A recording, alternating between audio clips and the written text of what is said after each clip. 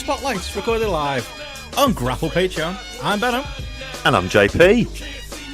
And we are here on a Tuesday night, a newsworthy Tuesday night. Skipped the weekend show this weekend. We've both been mad busy, if we're quite honest. I'm thinking of leaving the country. JP is thinking of leaving other things. There's a lot going on, JP, in the world. There is. Of GRAPPL at the minute.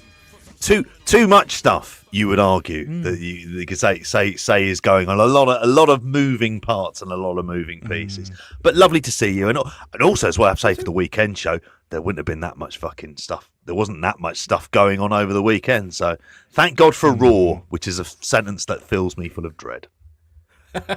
I know we've turned into a Raw review podcast, mainly for the main story on a Tuesday, but feels like it's going to be a big spotlight. Lots going on across WWE, AEW, bit of New Japan to talk, bit of TNA to talk. One of those, as you said, all around the houses type spotlights. But you know, we'll fill in and we'll catch up on some of the stuff from weekend show. I was going to say again, as often as we recorded on Sunday, I'll ask how your weekend was. I kind of vaguely know how it is. I'm seeing Matty in person tonight. That's another one I'm going to be seeing him twice in a week as a human being. The thing that's been keeping me busy has been the move-in. So tonight's the big night, JP, where I'm basically taking a few big boxes worth of my own stuff. This is like a continuation of the TIPPL conversation from last week, but it's the boxes I've got left of stuff that essentially Matty and his stuff are going to be selling for me on eBay. So who knows? He's going to be pouring through my old... I found an old... You know what you find, JP, when you move in house? You just find things that you just actually didn't know I owned. Like I found a PS2. I don't remember owning a PS2.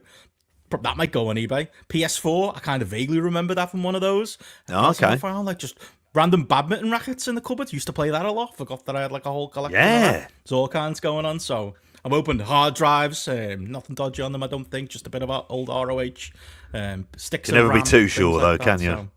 So. But I'm wondering like what's going to catch Matty's eye really as far as like me findings. In fact, I've got some of it behind me. Yeah, a bit of show and tell. This is what we do on pre-shows for people who don't usually listen. Great audio for the audio people. I feel like this is on top of JP, a Jacob Toretto figure from Fast and Furious, which is obviously played by one John Cena. That is one of the things I'll be giving Matty tonight. Found some old DVDs. What have I got here? I've got CM Punk and PCO. And a New Year's wrestling show from 2005. I don't even know what company that is. IWS, maybe. Yeah. That is. Something called Crash and Burn that has Masato Tanaka on it, which screams Carl. I can't remember if it came from Carl or I'm just thinking of Carl because Tanaka's on it.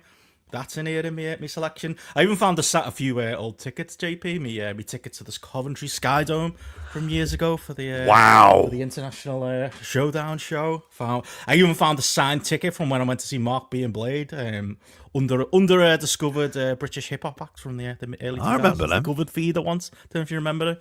They've actually signed a ticket as well. I don't think that's going for any money at this point. I had one of the most awkward interactions of my teenage life at that point as I walked up to Mark B. Tried to chat to him. It got me ready for all kinds of like wrestling interactions at live shows, JP, and I couldn't think of anything else to say as a producer. And I was like, keep making the beats. That's what that story was from. And then he laughed at me and signed a ticket, and I walked off. So yeah, all kinds of memories from Benno and Laura. It's all coming out of my cupboards, mate. It's making me a bit sad. Will Matty take? What will Matty sell? That's going to be the sell tonight. That for me is the question. How much stuff is he going to have to deal with as well? Like, are you going to be filling up 3 full boxes that room? Wow. I said to him, like, I'll bring the DVDs. I've got some books. Most of the books are Steph's, to be fair. There's all kinds of, like, not just wrestling ones, but loads. She's basically got every wrestling book that ever existed. So if anybody's after any, hit up Matty, I think, at this point. So I'll be bringing them. I said to him, I've got a big box full of VHS tapes. Who buys VHS tapes these? I know physical media's coming back. But I was like, I'll bin those. And he's like, no, bring them. I need to look through them first. CDs I'm taking round to it. Do people buy CDs, JP? I don't know. It could be making me millions or making a few tenors. I mean, I don't know if they buy CDs. It was always the problem with CDs is how much money they fucking charged for them was just obscene. Like, I don't know why they ever did that, but that was always something. Some of mine have got stickers on. A lot of them got, like, basically, I would refuse to pay. I don't know if you were the same, JP. Refuse to pay HMV or Virgin prices. All of mine have got like, Music Zone sticker on it. $5.99, I think, was the price on all of them. I wasn't made of coins, you know. I'd go and it'd be like, what's like the big album from somebody? I couldn't get Illmatic from Nas in Music Zone, but I could get it with written. That was a little bit cheaper. I couldn't get Reasonable Doubt, but I could get like something else by Jay-Z. I'd game it like that, JP. So I've got a lot of people's second best albums in my my collection that could still be worth something. I don't think any of the CDs are going to play. I think half of the CDs are just scratched up because Teenage Benno didn't take care of stuff. Obviously, I've turned a leaf since then. But Teenage Benno went digital early doors. That would always be my guess. He became a thief early, basically. He lived on torrents. Yeah. Like, I remember the first time I downloaded an episode of Sopranos. It was like, hang on, I could do this for wrestling too. And my whole life changed. But I still got stuff. You have to go back a bit, JP. Yeah, I mean, God, I think Matty, as a lover of physical media, is going to have a fucking field day in there. Is there a Mark B and Blades CD, The Unknown? There is. In there. Is that is in there? It. We Are The Unknown. Yeah, that's in there. Yeah. I'm just linking this to a conversation we had just before we started. So there was a little question of like, what do we do here? And it's just like immediately I've gone, no, I'm going straight to that now. So Platt's making me worry here. He's saying that's why I have to worry about the hard drives. Who knows what Teenage Benno downloaded? It'll just be a load of like Wu-Tang Clan B-sides and obscure wrestling. Maybe the obscure wrestling actually, based on our mix. I did have some obscure wrestling that you might have not expected me to see, but maybe I should just do as I've been doing, leave it outside the house. That's the other thing I've learned about my street. Steph had left like a full-length mirror after my story last week of leaving a bookcase outside and it getting taken within a day. It was out there half an hour, JP. Looked outside the window, it was gone. So anyone round here, if anyone's like a big wrestling fan, I might just leave a box of like, I don't know, old Power Slams or old VHSs. See what gets taken, see what gets last. It might be a good social experiment. I think it would be. It's an experiment about they nick. If they're taking bins, they'll take anything at this point. True. Is there stuff you need to get rid of that you would have done? I mean, in some ways, you would be slightly annoyed about having to do the tip run in the first place. It just turns out if you just left it outside your front door, gave them an hour, they would have been... No, the tip run's fun, mate. That's been my hobby the last few days. Have a great time. Oh, mate. Honestly, but like after tonight, how much stuff have you got left? Nothing, literally. I don't know where I'm going to be doing weekend show from this week. Because I'm literally, the chair that I'm sat in, JP, is also going to Matty. He's already gotten dibs on that. So you might find me sitting on boxes genuinely for a weekend show Friday, unless I maybe find maybe an office location to do it. I'm not sure. Probably shouldn't say that on Spotlight. But yeah, the plan is to have nothing. But we'll see. I'm going to be in Belfast for a little while before I do go properly away. And obviously all of the podcast and stuff will continue as I keep... assuring people, no big change there. It's just the backgrounds are going to change, the locations are going to change a little bit, and you'll get to see some interesting locations and interesting things knocking around me. So we'll see. But yeah, I am on first name terms with blokes at the tip. Platt is. You're a proper man, as he said before. That's a proper man. That's it. I feel like one, JP. I'm going to be sad when I might do a few goodbye cards when I go. That'll be the real tear jerker, not when I leave my job. It's going to be when I leave the lads in the tip behind. Joey, Johnny. I think that's the names. I'm just assuming that's the names. Gary. I'm sure there's a Gary. There's a few of them. It sounds like there would be a Gary that works there. I'd be genuinely shocked if there wasn't a Gary who works. Maybe they'll have a collection for me. Unlike my actual work, but we'll see. I won't be going for that long though, so we'll see how that works out. But anywho, as I say, we will continue to be recording the podcast we've been doing, and we'll be finding ways to fit everything in, despite everything going on with me and you at the minute, JP. Which we did in fact do at the weekend. We did have the pick and mixtape, which was the one where we let the patrons spin the wheel. Well, we spun the wheel and made the deal on some patron suggested topics for a mixtape, and a mixtape it was. There were highs, there were lows, there were more lows. There were lows so low I didn't know we could get that low. And then there were some highs again, and some surprising ones. I think picks we made as well. But yeah, fun time on Sunday night recording that one, JP. Oh, really good fun. Again, many apologies directly to you in this case for the match I picked. I mean, I thought because I wanted to go in there blind. The name of the death match. That I'm slightly less bothered about. It's more I wonder what Nick Bockwinkel's like. Let's just throw him in there and we'll see what Nick Bockwinkel, Jerry Lawler. Yeah, well, we've seen now, and I tell you what, that bloke loves a rest hold. Little bit of wiggling just to look like he's working it, but yeah, it was brilliant because we did have the high, we had the lows of the deathmatch meet. Then what I'd say is the highs, and I was thinking afterwards, I was like, it's a funny one, really, because is the Combat Toyota versus Megumi Kado, isn't it? Kudo match. Like, come on, JP. It feels like it. To my sorry, exactly. You're the Joshi correspondent now. You have taken on that mantle that was thrust on me years ago by Joe, and I've never been able to shake it off since. Now it's yours. You get that mantle. But like from that, it goes from Karen Peterson show coming soon with Benno and Karen. Look forward to it. Exactly. It's one of these things where I'm still not even kind of convinced it's a death match, but it's got it's got some of the tropes of what you'd expect of a death match. But my God, that spot from it, and if you don't know the one it is, have a listen to it on the Patreon show. That has stuck with me for days as well. But then some really other fun stuff as well, and definitely be doing another pick and mix tape soon. Because I think as a concept, I think we're definitely doing one. Are we sure? Oh yeah. I again will just have to go. Okay, right. Let's have a proper think about this, and let's not do the wacky. This will be fun. We'll never get to talk about this bloke again. And I go. We don't talk about him for a fucking reason. So, as is the case with a Nick Bockwinkel, and maybe I'll lay off the Jerry Lawler because we are very much 0-2, and the emphasis on O for that when it comes to Jerry Lawler matches, but still really good fun. Hey, you can't have the rainbow without the rain, to quote Dolly Parton. Platt's right here.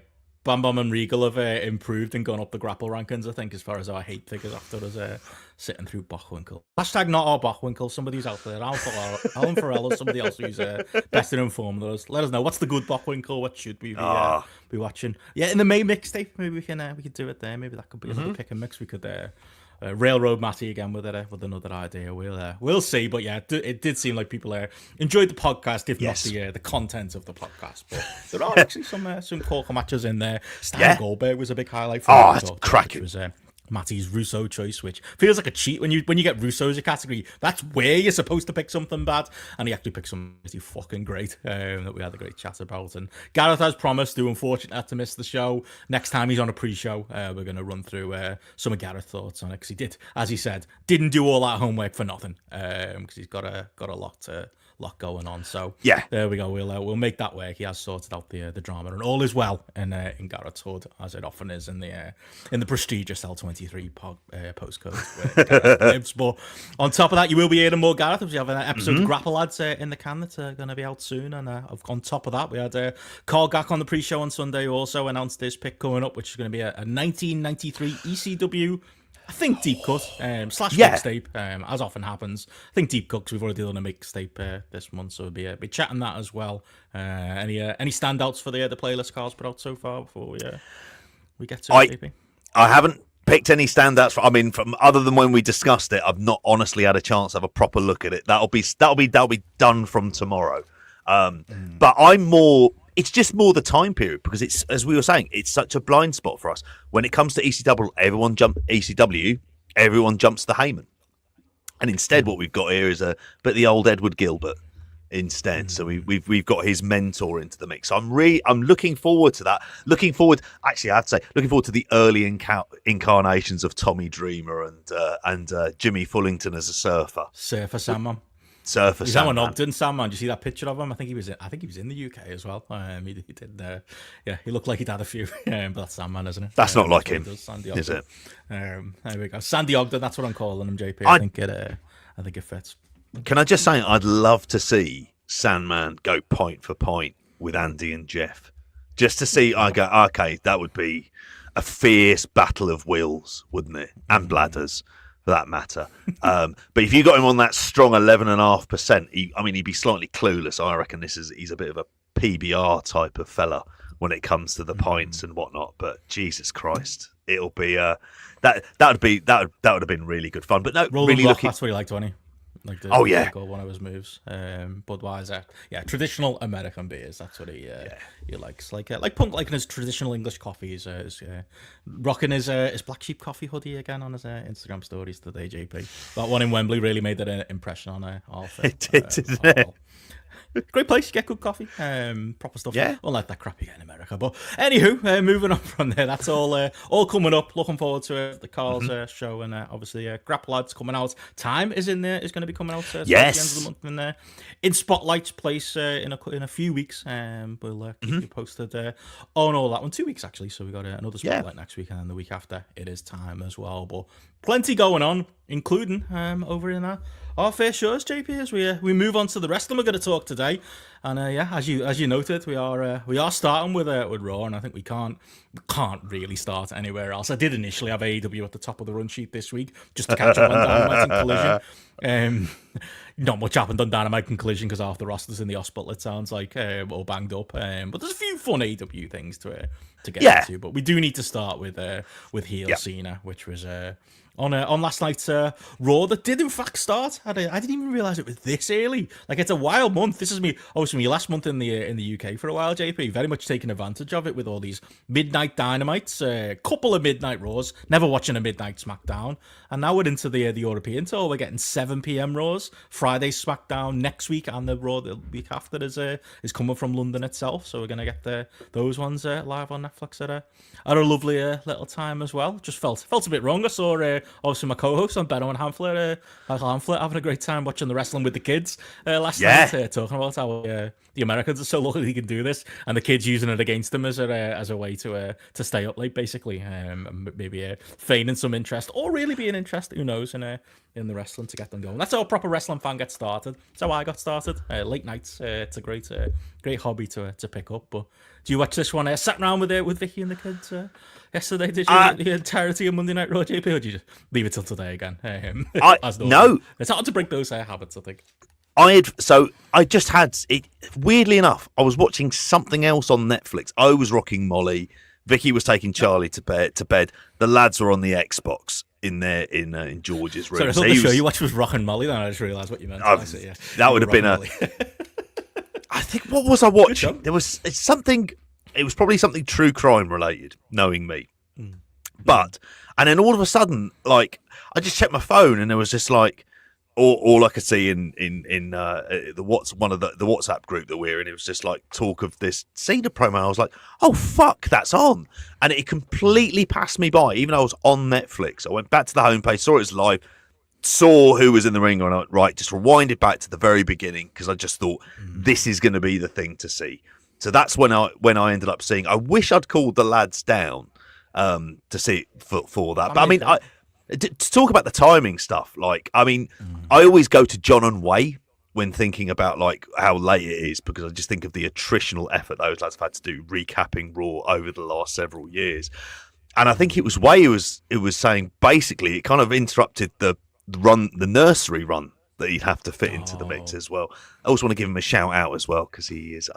They are expecting another one, so congratulations, Way, as well. But yeah, I've been spoiled on that when I was in Toronto. I'm glad I didn't let that out. Oh yeah, good lad. Well, you've got to be careful with these types of things, as I well know. But like, come on, Way, you've only got 4 more to go before you catch up with me. This is the thing. You are as he loves it. Anytime I see him, he loves me telling. He's like, so how many kids has JP got now? How old are they? He loves every detail of it. JP, I think it's. I don't know if you're his idol or you're what he doesn't want to become. It could be one or the other. But I'm a cautionary fucking tale, mate. Honestly, you're sorted now, mate. I am. Well, yeah, exactly.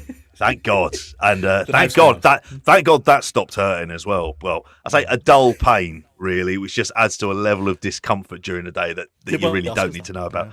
It did, yeah. But yeah, this is the thing. This is the thing. Dull pain. I just finally got the joke. It was a good one there, for like good old Jesse Eisenberg. But this was, the idea that I think for a lot of Americans watching it during the day, I didn't see massive amounts of complaints. Maybe it's just me and the sort of circles that I'm in, that there wasn't too many. Seem to enjoy it. Yeah. I saw people going like, it's nice to kind of watch some wrestling in the afternoon, whether that like bears out. And again, I suppose lost in the conversation these days is that the numbers really, matter as much as they used to. Netflix are going to fudge them anyway. They'll find a way to make it into the top 10 in some country. I think SmackDown was in the top 10 in Saudi Arabia this week. Congratulations, lads. They find ways to get these headlines out, and they have to live a little bit. They have to live a little bit different. It's a bit like us getting to live a little bit different. I came home on Wednesday from being out with Gareth and Matty, and like I was sat. Steph was in mine. We were sat there. I was talking to her about our night out, and I was like, "Why are you watching AEW highlights at midnight?" And she was like, "This is Dynamite. It's on. It's been on for half an hour." That's how hard it is to break those routines. So it's fun. The Americans should be forced to. I reckon a few times a year have to stay up till 4 a.m. to watch this stuff like we did. But it was nice. It was a nice change of pace. I think it is, and the VOD aspect just being so easy for Netflix as well. I think it makes like a massive difference now, won't there? Yeah, it's an easier move in it. Obviously, SmackDown's different because we get it live on Friday, but the Americans are having to wait for it to air on USA, so there's still those weird little things. It's a bit like the way when Raw's, you notice when Raw's live, because the Americans are getting it live, they actually give you something to watch in the adverts, whereas it's just the bloody Europeans on SmackDown, so we have to sit there, listen to that whole music, while they repeat the same clips over and over again. So, they find different ways for the different markets, but I suppose in this day and age it did still feel for me like such a big thing to put on a Raw in the daytime, and you do want as many eyeballs on this as possible, but between YouTube and everything since, I think they'll still get that. But it has been a bit odd, that we've waited this long for the Cena segment. Whether it lived up to it, obviously we can get into it. It does feel a little bit like Hogan turning at Bash at the Beach, and then obviously he was there with Nash and Hall on. It was the Nitro right after, I believe, when he's already cutting promos and went off to the races. A few weeks down the line, this is. So it felt a little bit like, not that the bloom's off the rose at all. Obviously, we were all still hyped to see it, but it did feel a little bit like, there's an opportunity there they couldn't take advantage of. The fact that, Rock and presumably the Scott Hall of the situation, Travis Scott, weren't involved as well, kind of made it a little bit different as well. But I suppose it gave us 2 weeks to anticipate it. It gave it 2 weeks for Cena and Cody to come up with material for this segment, and more than anything, leaving it 2 weeks and it being in Europe, despite the some of the time restrictions of it being on in the middle of the day, it gave them a hot European crowd, and boy did they have that. Oh, they absolutely did. I mean, I'm torn on the crowd aspect of this because I still. Oh, really? I thought it was well. I think the crowd. So this is it. I think there's pros and there's cons. The pros are it was a massively hot crowd, and they reacted pretty much the way that they would have wanted to, which I don't know if a US audience would have done that. I think a US audience would have been inclined to just cheer the heel because this is new and fresh, and they're kind of they're getting angsty over Cody as champion for this long anyway. So are you not going to get the desired effect? But you're not going to get that in Europe. They're just going to play right into your hands. However, there is the aspect of you strike while the iron's hot and you keep up the momentum. And it does feel to me, but not having it on for 2 weeks, I'm not saying it's stalled momentum massively because it's not like it's a catastrophe, but I still think it would have been better. It's just the fact that, but I can see perhaps with the benefit of hindsight why you'd wait for Europe just to get the kind of exactly the reactions you want. Even if you've produced all of this merchandise, which then tells me this wasn't a long-term plan for them to do, for them to have all of the Belgium specific, which they nailed all the Belgium stuff, like as we can see in the background here with Cena's hat and the Cena's top and things like that. Made him look a bit more heelish, didn't it? It made the whole thing different, like that. The setting it being there, it did make it feel like we're watching like some alternate universe Cena. That was like a positive in a way. I'll let you finish. I know, but it's also the fact if you were in Brussels and you buy this ticket, which would have been for a fuckload of money as well, I thought the arena, even though it was a lot smaller and a smaller crowd, I think it was like 8,000. They were it looked great. The arena, I thought, just even the spectacle, like the use of drone shots and stuff like that, just made it look absolutely spectacular. But there is always that part of me wondering whether or not a US UK audience, because that's where, particularly a US audience, you're going to have to go back there at some point. You're going to have Raws. You're going to have a continuation of this. Are they going to? Is Cena going to do enough on this European tour to make sure that he's being booed when they go back to the States in those last few TVs before Mania?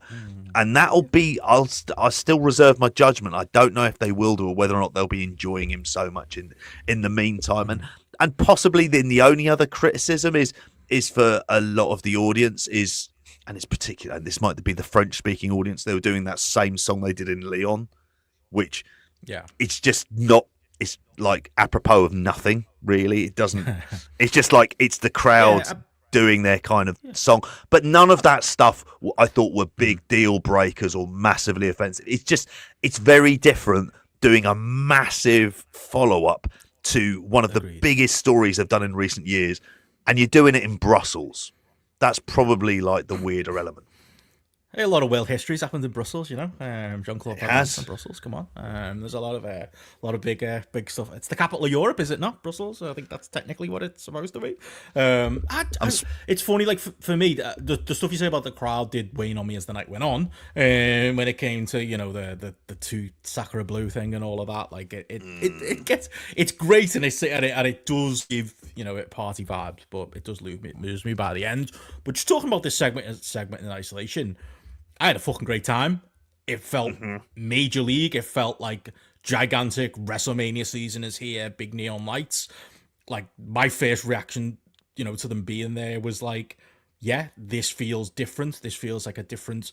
It did feel like WWE from like an alternate universe where 10 years ago Cena turned heel, because even like the Belgium like type gear that he was wearing, it being that little bit darker, made him look different. The crowd and the lighting and the way you could see all the seats going up and stuff like that made it feel different and did make it feel like special. And that's what this was. This was special in a way that Cody versus Cena in a babyface versus babyface scenario, which I'm certain was the plan until, Dwayne decided to stick his oar in a few weeks ago, could never have lived up to. They probably would have went out there and tried to do back and forth, promos where they're shooting on each other, brother, and we're probably still going to get a lot of that coming up, but that's all they would have had, and I don't think it would have been a special feeling as this coming after the big angle. But I actually think the positives are that this crowd, I think this crowd reacting the way they did and as loud as they did carried large swathes of the segment for me. I think he got there in the end, Cena, but there were bits he wasn't quite grabbing with me early on. It was an interesting, monologue that he kind of ran through, and like I say, by the end of it, I was with it, and I'm up for it, and I'm excited for what comes next. I think overwhelmingly, I feel positive on it. But there were elements of the stuff that he was saying that were a bit. I guess it's John Cena, isn't it? When he was a babyface, he didn't believe he was authentic. As a heel, to borrow one of Gareth's phrases, I feel even less that he's authentic. It felt like a lot of the material was good, and it's the type of thing that I think, again, long-term Fed fans, and I don't even know Matty's take on this one, but I'm sure, the Fed fans were doing somersaults at some of the stuff he was saying and referencing about, the "you can't see me" meme, and, all of the history of the big complaints that he's been reading those Reddit with the W posts about him winning too much, which he obviously referenced here. It was a lot of their cosplay and a lot of their things that I think people would have fantasy booked heel John Cena to say, but 15 years ago. And I think what he didn't do a great job of doing was maybe it felt like there was a point in his life where he overthought this stuff. And now he's past that point in his life, but he kind of went back to that for material. And the bit he didn't do a perfect job of was relating it to the current material. Still don't really know what any of this has got to do with The Rock, or any of this has got to do with Travis Scott, or any of this has really got to do with why he turned. Because sort of his reasoning, as compelling as the way he said it was, and as much as I might have believed it 10 years ago, didn't ring true, because he's talking about you all, I came back and you booed me again, you turned on me again. No, he didn't. Like, he's been a hero now for 5 years? Like, it's been a very long time since Cena got those reactions that he felt like he was belatedly responding to. And I think it's okay to hit those points, but he hit them so hard that it's John Cena again. It just didn't feel authentic to me. It did feel like John Cena playing heel. It did feel like an uncomfortable pair of shoes for him that he'd, like I say, either overthought or maybe underthought in recent vintage. And don't get me wrong, he's one of wrestling's all-time great performers, and I think he got there in the end, and he tied it up enough in the second half of the promo that he got there.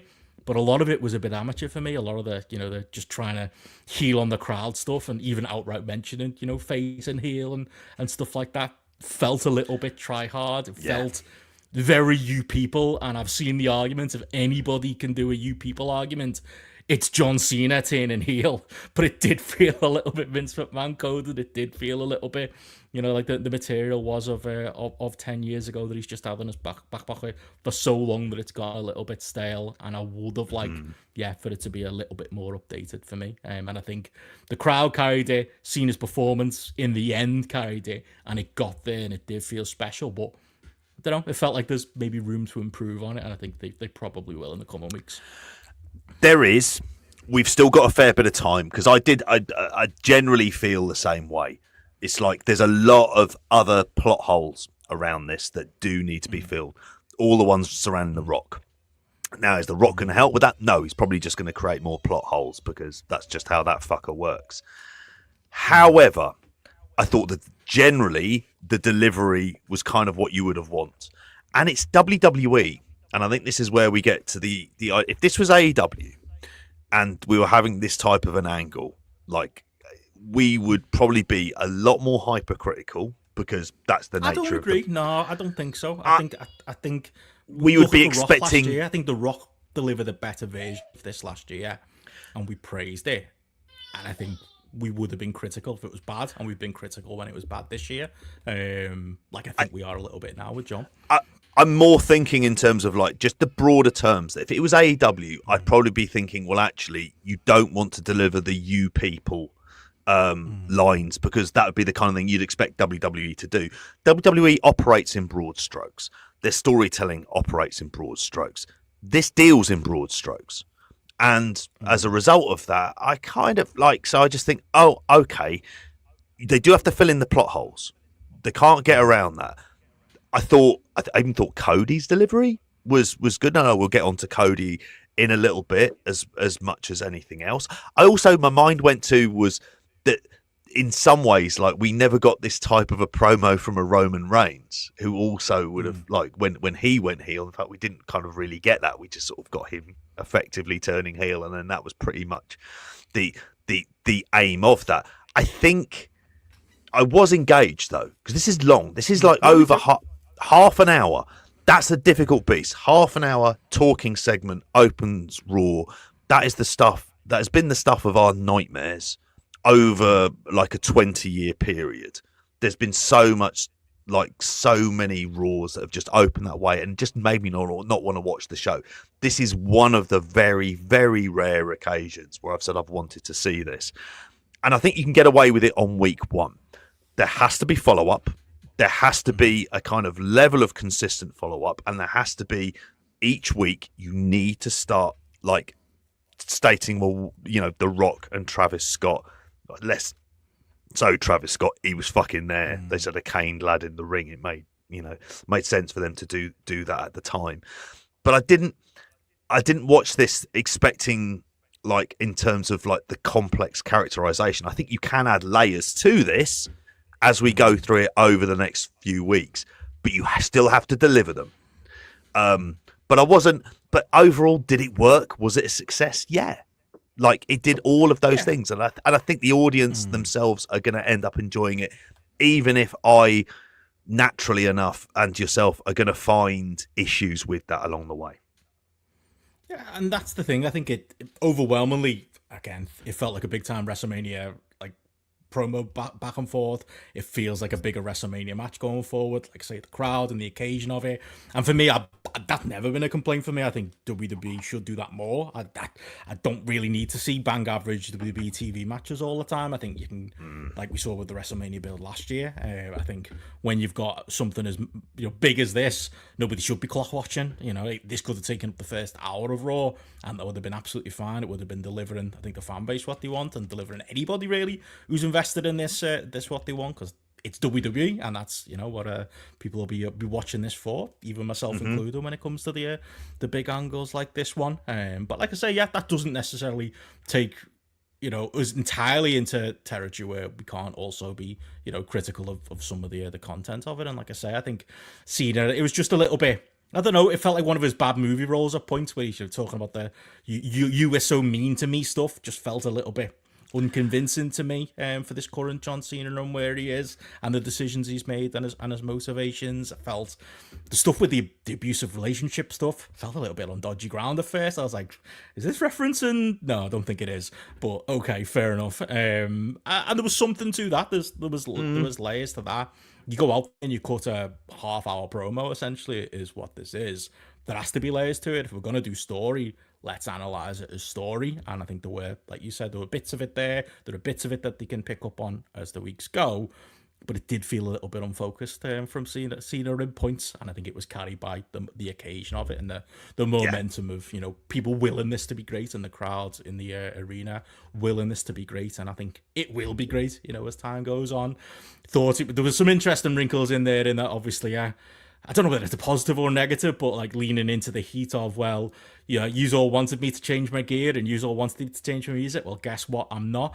I feel like that fresh coat of paint probably would have arguably been more entertaining and more interesting going forward, but I kind of get it as a cheap way to kind of get heat and a way to lean into the heat that he's always got.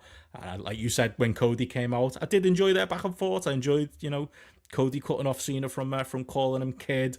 I think their interactions are going to be good going forward. I think it left it on a bit of a cliffhanger at the end. Really, it left it at the end where, and again, this is WWE. I suppose where the difference is if this was AEW or any other company. I think Cody might have just come out there and got physically immediately with Cena. It's, again, a little bit of a plot hole that he didn't. And from just a story building point of view, it's a little bit interesting that we come out of, Cena cuts that promo and talks for 25 minutes. And we're not really, at the end of it, it's not really the Cena promo that's the focus. It's what Cody says when he comes out. It's talking about wanting the real John Cena at WrestleMania, and Cody kind of got the last laugh in a way that I thought by the end of Raw they were going to circle back around to it and we're going to get another, Cody in the rain, full of blood, battered by John Cena and get the heat back. But again, that can happen next week. It can happen in the weeks going forward, and I'm pretty confident, a performer of the magnitude of Cena, I think he will fit those shoes better, and I think he will figure out which lane to take when it comes to the material here, because it is there and people want it to work and it's gonna work and it's gonna, regardless of anything, it's gonna be a gigantic match at WrestleMania. But I think he'll hopefully approach it with some other ideas in the weeks coming up. Yeah, I think if you're fantasy booking it, like, where do you go for the next sort of, I mean, we're a month out. So where do you perhaps go for the next 2 weeks? There'll probably come a point where Cena may sound like sort of like feeling a bit bad about the whole thing, deciding to turn, and then embracing the evil by beating the shit out of Cody in a really brutal way, and then embracing the kind of dark side to it.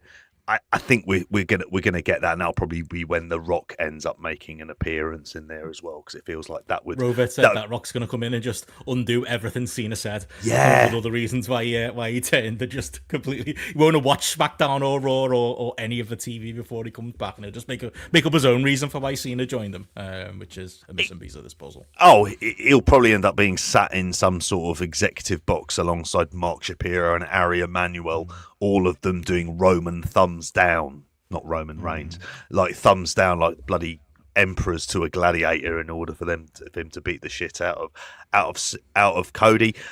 I just thought, in the end, I was fine with sort of like Cody's bit and the annoyance and the anger, because that's what he is. He's stoic babyface, and that's who he is. And I think for week one of this, I'm generally in the main kind of fine, even if we can see some of the cracks in there, that things that they do need to reference.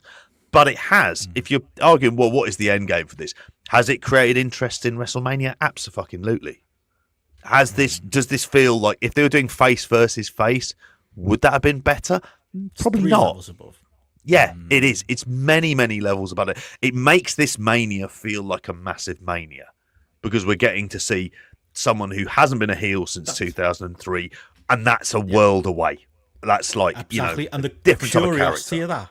Yeah. Like, I don't want it to get a lot. I'm not saying we shit the bed. I think overall it was effective. Overall it was good. There were just little bits that didn't fully land with me until they got to the end part.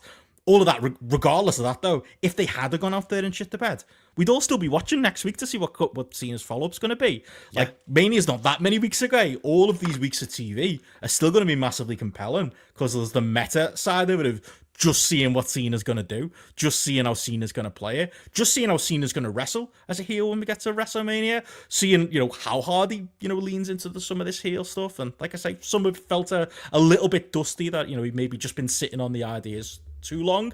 And then some of it actually I did quite enjoy, that kid's going to be meme for the rest of his life, unfortunately, as John went directly at him. Is that going to be the new way they flog t-shirts? It's like the reverse Diesel Black Glove, telling fans off for wearing the Cena merch. He'll probably be doing that going forward. There's all these different creative things they're going to lean into, and I think, whether they're good or bad, I'm going to be way more invested and way more interested than I would be in any other really environment with a Cena versus Cody match. So it's going to be compelling TV. And the positive is, again, I think these audiences will be a positive. When the European audiences building right up to the SmackDown and Raw back to back ones. I know Cena's announced for that Raw. I'm not sure if he'll be on the SmackDown. That's going to be the hottest thing ever. Cody's going to come off like the hottest thing ever on those shows. I will say, to Cody's benefit, I do think, and this isn't part of the grapple culture war, I can't imagine Roman Reigns in this spot. I think Cody, walked the line of, the justified, disappointed but angry babyface that they were asking him to walk. I think Cody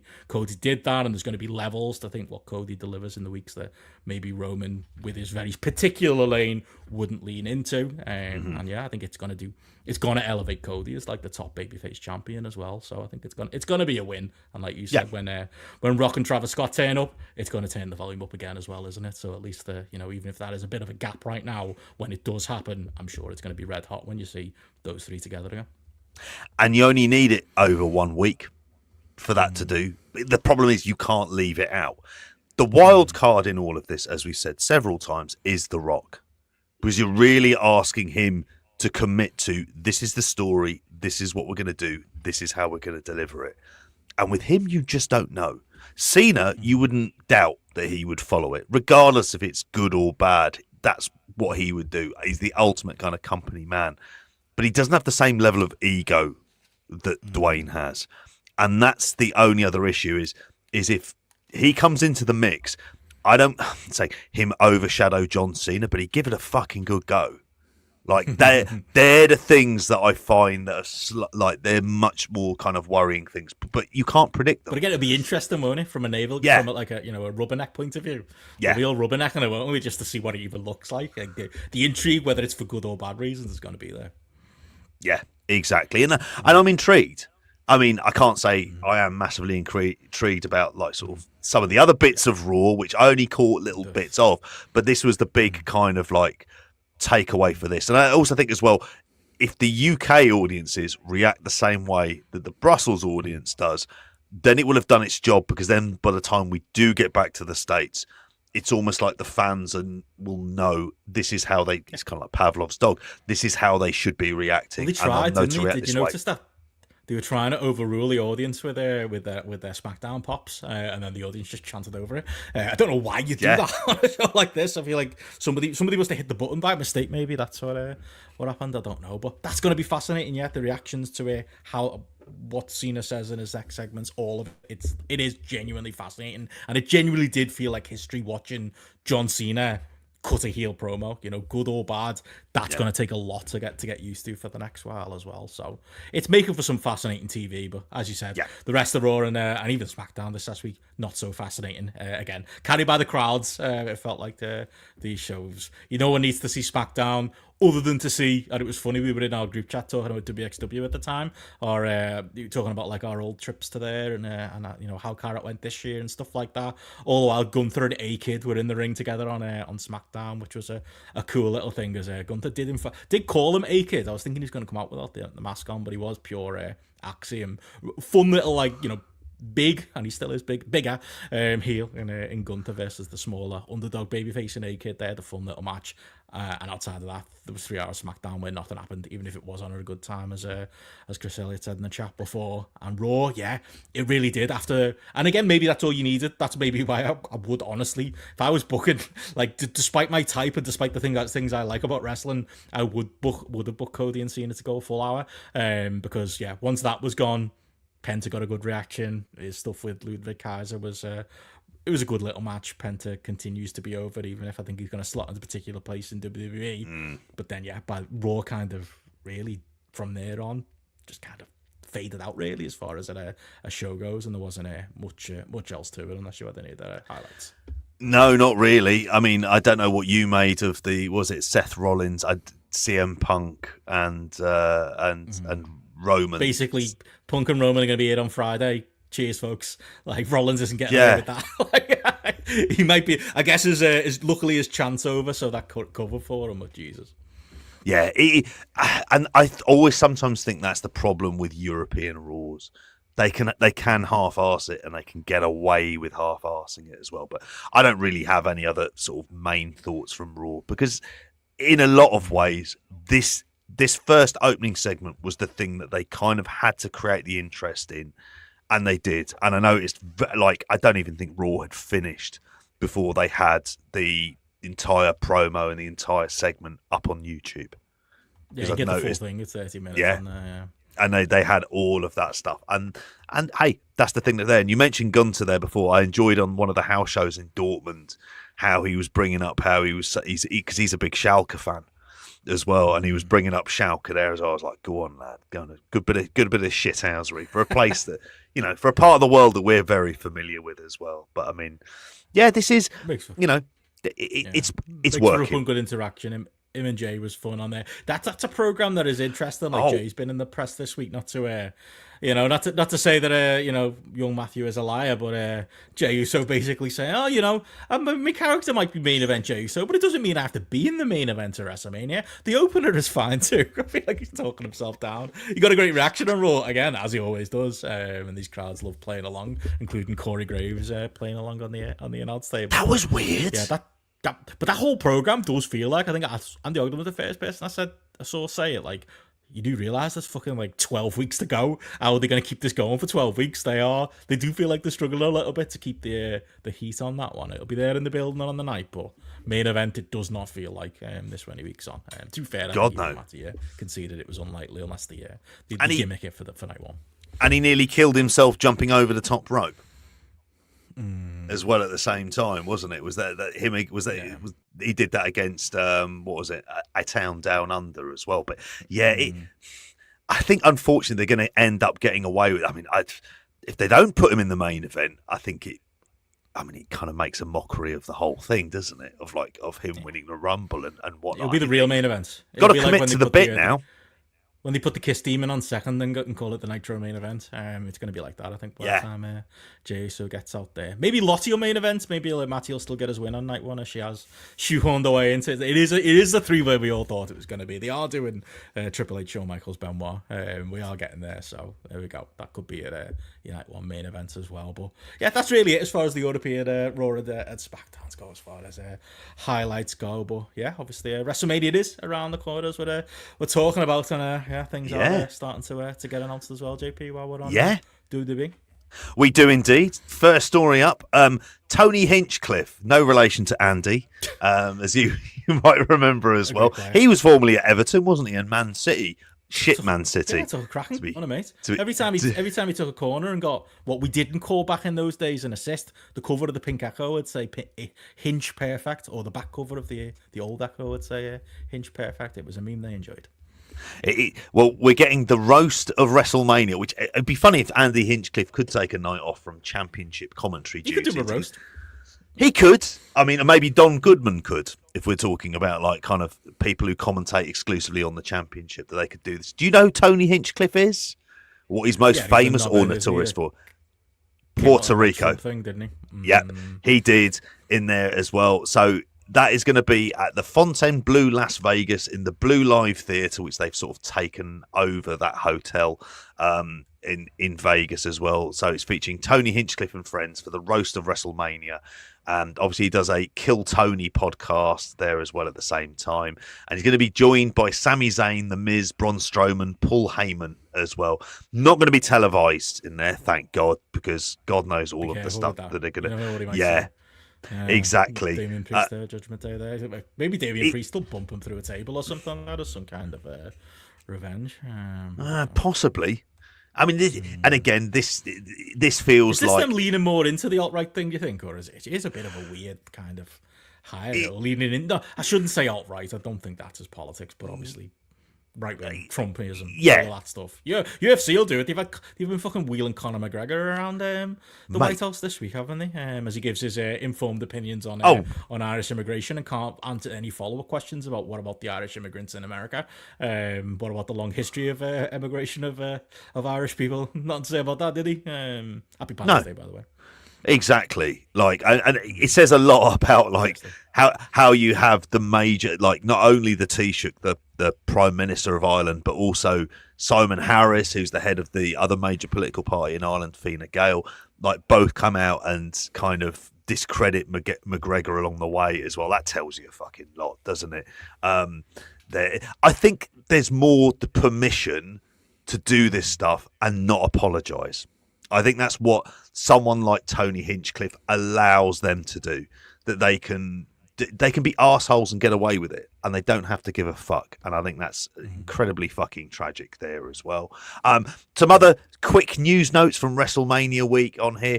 GCW and Future Stars of Wrestling, which has always been that Vegas promotion, which kind of has a nice glossy look to it, even if I don't think I've watched anything more than a minute of this as well. They're hosting the opening round of the WWE ID Championship Tournament, which suspiciously feels like the qualifiers for the NXT UK Championship Tournament in there when they were going around to some of the indies. Well, this is where they've gone. Officially, the collective and stuff, that's dead in there. So, April 16th, GCW is going to host opening round matches. Then Future Stars of Wrestling are going to be doing it on April 18th following SmackDown. Sean Legacy is going to be there. Zeta Steel. Sean Legacy is on that LFG thing. Is he on that? No, he's not. He's on Evolve. My bad. Zeta Steel, Ice Williams, Jackson Drake, Brad Baylor, Ricky Smokes, Zara Zaka, and Cappuccino Jones.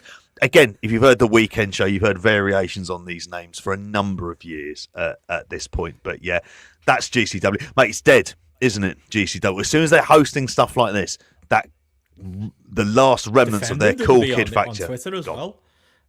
As they've been doing the last while. Obviously, that it didn't include it as a news story, but obviously Meltzer wrongly, I think, reported that like to book the WID guys because they've gotten a bit desperate to WID. They've been basically tweeting out the rules for the promoters and remind them promoters, you can book our guys, you know, it's fine. We're not going to tell you what to do, promise. And then Meltzer, I think, reported that you had to go through Gabe Sapolsky to book them and he'd give you a script and all these things that turned out to not quite be the case. It's been Brett and GCW have been defending WWE on Twitter and saying, no. I mean, in fairness, none of it sounds like it was actually true unless you're booking something specifically for one of these tournaments or one of these actual WWID offer matches. But yeah, it's no surprise though, is it, that like at least some indie promotions have read a history book and there's clearly not much interest in booking these WWID guys out there because they know, even if there aren't official rules, they know that there's gonna be problems and there's gonna be, you know, it's WWE, isn't it? They're never gonna play nice. It's always gonna be one-sided, even whether it's written down or not.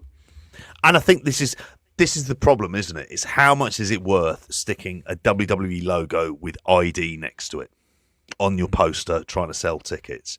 If you're doing it locally and you're only trying to shift a few tickets, is it worth the hassle? I mean, is Cappuccino Jones going to draw anyone?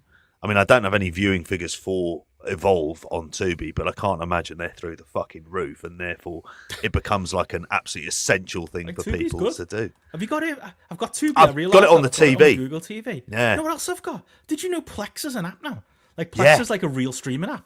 Like I saw it and I was like, okay, I remember I had my old ROH library on there. It's where I kept all my dodgy stuff. That's where all the hard drives went into my Plex server. Like they've just got streaming shows now. That's where I watched that. I think it called it Tin Can at the weekend. Whatever that Tin movie is. Pushing Tin. At the weekend. Pushing Tin. All kinds of like great films, like going back to the 2000s. Full TV series, all there on Plex legally. I think. Strange. What a world we live in. I've seen it appear. They've gone legit. Next to the Extreme Wrestling Torrents, that'll be the home of MLW. Probably would, actually. It would make sense. Could be where TNA looking for the next TV deal, you know, end up on there. Often for a long time, I've wanted to say, like, giving a shout out to our sponsors, Extreme Wrestling Torrents and watchwrestling.co.in or whoever We're it is. We're available if you want to sponsor us. Huh? Well, yeah, exactly. Want to watch wrestling? Don't fancy paying for it? Have a visit over to there. Just keep your seeding and leaching ratios up to scratch. I was never good at that.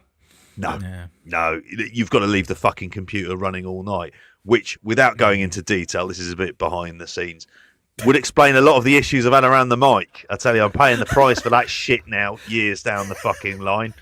Bastards. Think of the great life you lived before, though, JP. It was all worth it. Well, exactly. Like Roy Batty out of Blade Runner. The candle that burns twice as bright burns half as long, doesn't it? Tell me, kids, about the JP drive. I will. Oh, yeah.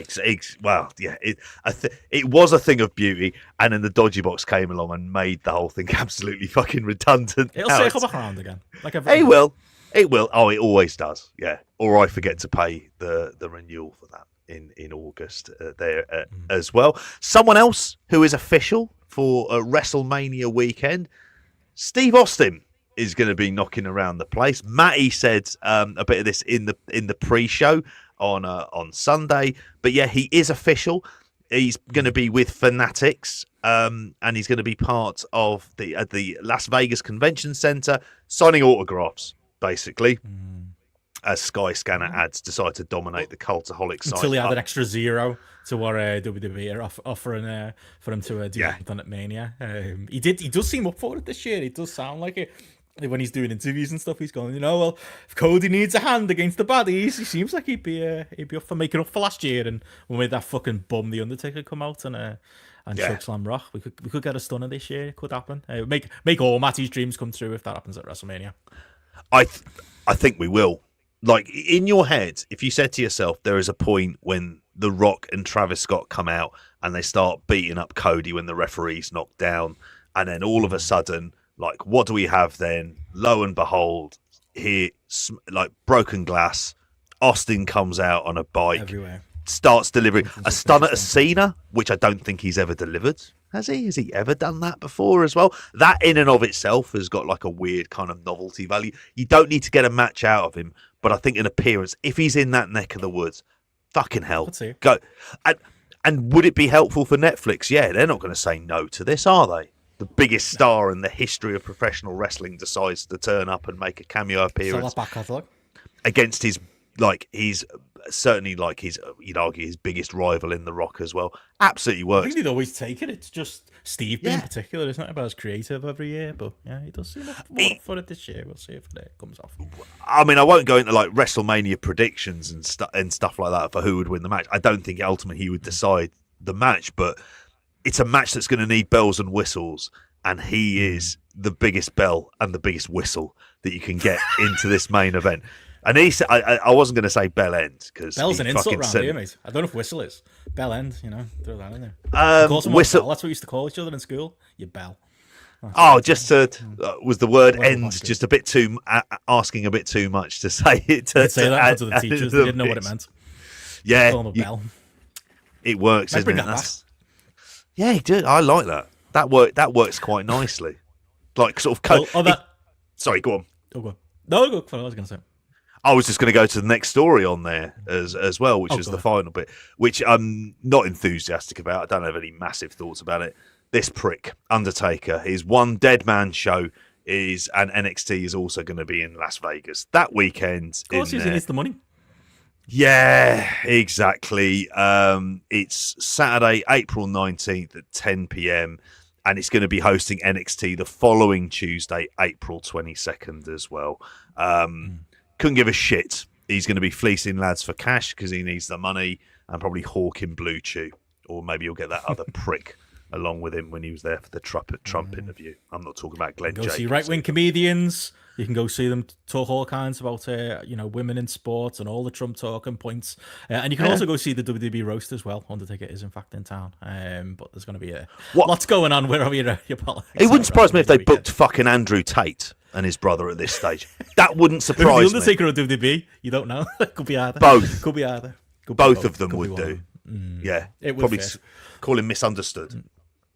Well, in some of the quick WWE notes as far as the news goes before we get into AEW, we do have we joked about it earlier, a little bit more on the Raw viewership, a little bit bounce back earlier this month. JP, we're eating our crow, back up to 3.1 million for the March they're coming off the paper Raw. So at least it shows there's a bit of a peak of interest around the weekends of the PLEs. That seems to be the general area that it is. is in generally at each week, and yeah, there's our friends. I think the friends over at Cultaholic have reported here, or copy and pasted from Dave Meltzer. Raw was number 4 in English language shows for the United States and number 9 in Canada. Who might talk about copy and pasting? We're sharing their article on our show. I think we're all even. Yeah. But yeah, didn't finish in the top 10. UK, Australia, or New Zealand. Yeah, this is where I got it from. SmackDown finished top 10 for the first time ever on Netflix, but in Saudi Arabia, hitting number 9. So it's still there or thereabouts, and you can obviously continue to spin those numbers. But continuing on with the news, Lance Anoa'i, another one of yours, JP, receiving criticism from WWE apparently that he's not going to make it. Is the rumor? This coming from Dave Meltzer, and obviously originally it was Sean Ross Sapp reporting that he'd signed with WWE. Meltzer did note that he'd not heard anything negative about Hikuleo, but people are basically saying that there's nothing there with Lance Anoa'i, and that he's not really showing much personality wise, and he's not showing much in the ring really, as excited as they were for his future. I think that was true of his limited appearances I've seen of him. Did a bit of MLW, didn't he? Hikuleo's another. He's like, imagine being worse than Hikuleo. To be fair, Hikuleo got better, I think, when he came over to the UK. He did. He's still himself lacking a bit of presence and a bit of comfort in his own 2 feet. I don't know, but maybe this might be a Moisey one. Moisey was doing that this last week, going, need some more goals from those wingers, need some more assists from those wingers. Up pops Lindstrom.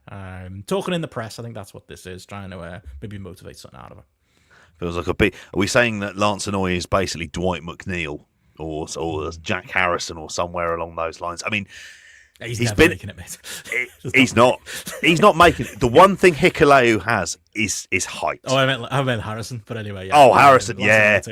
I thought he was going to make it. I thought he was. Like, I really did. Like, there was times, like, I think, was he on loan at Leeds and whatnot, and he looked like he was very good, but he was a bloke. Maybe I got him in for 1 week in the draft team. Looked at him and went, he's in my draft team now. Oh, is he? Well, I mean, it's beggars can't be cheap. I'm top of the league. I'm top of the league by 12 points. Beat Jamesy by 3 this week. Rub that one in. See, I don't have access to the league. I rely on you lads putting the league up. All I ever see is kind of the honky tonk men have done it again. Shake, rattle, and right, and it's just like fucking Bruno, and it's hilarious. It's genuinely funny. I was literally losing by 10 points until the last 3 minutes, I think, of the United game as we recorded on Sunday. Beautiful league. I'm looking forward to collecting money from the lads. But anyway, the Samoans. Yes. Maybe they'll make it. We'll see. Lance Anoa'i not. Hikuleo will do. The only bit of advice, really, is don't be relying on him as a wrestler. Just get him doing loads of weights. Have him come out, look like an absolute monster enforcer. And that's the role he needs to fulfill. Nothing more, nothing less. But then, as Andy rightly says in the chat here about Solo, Solo's managed to get quite far along with none of those traits either.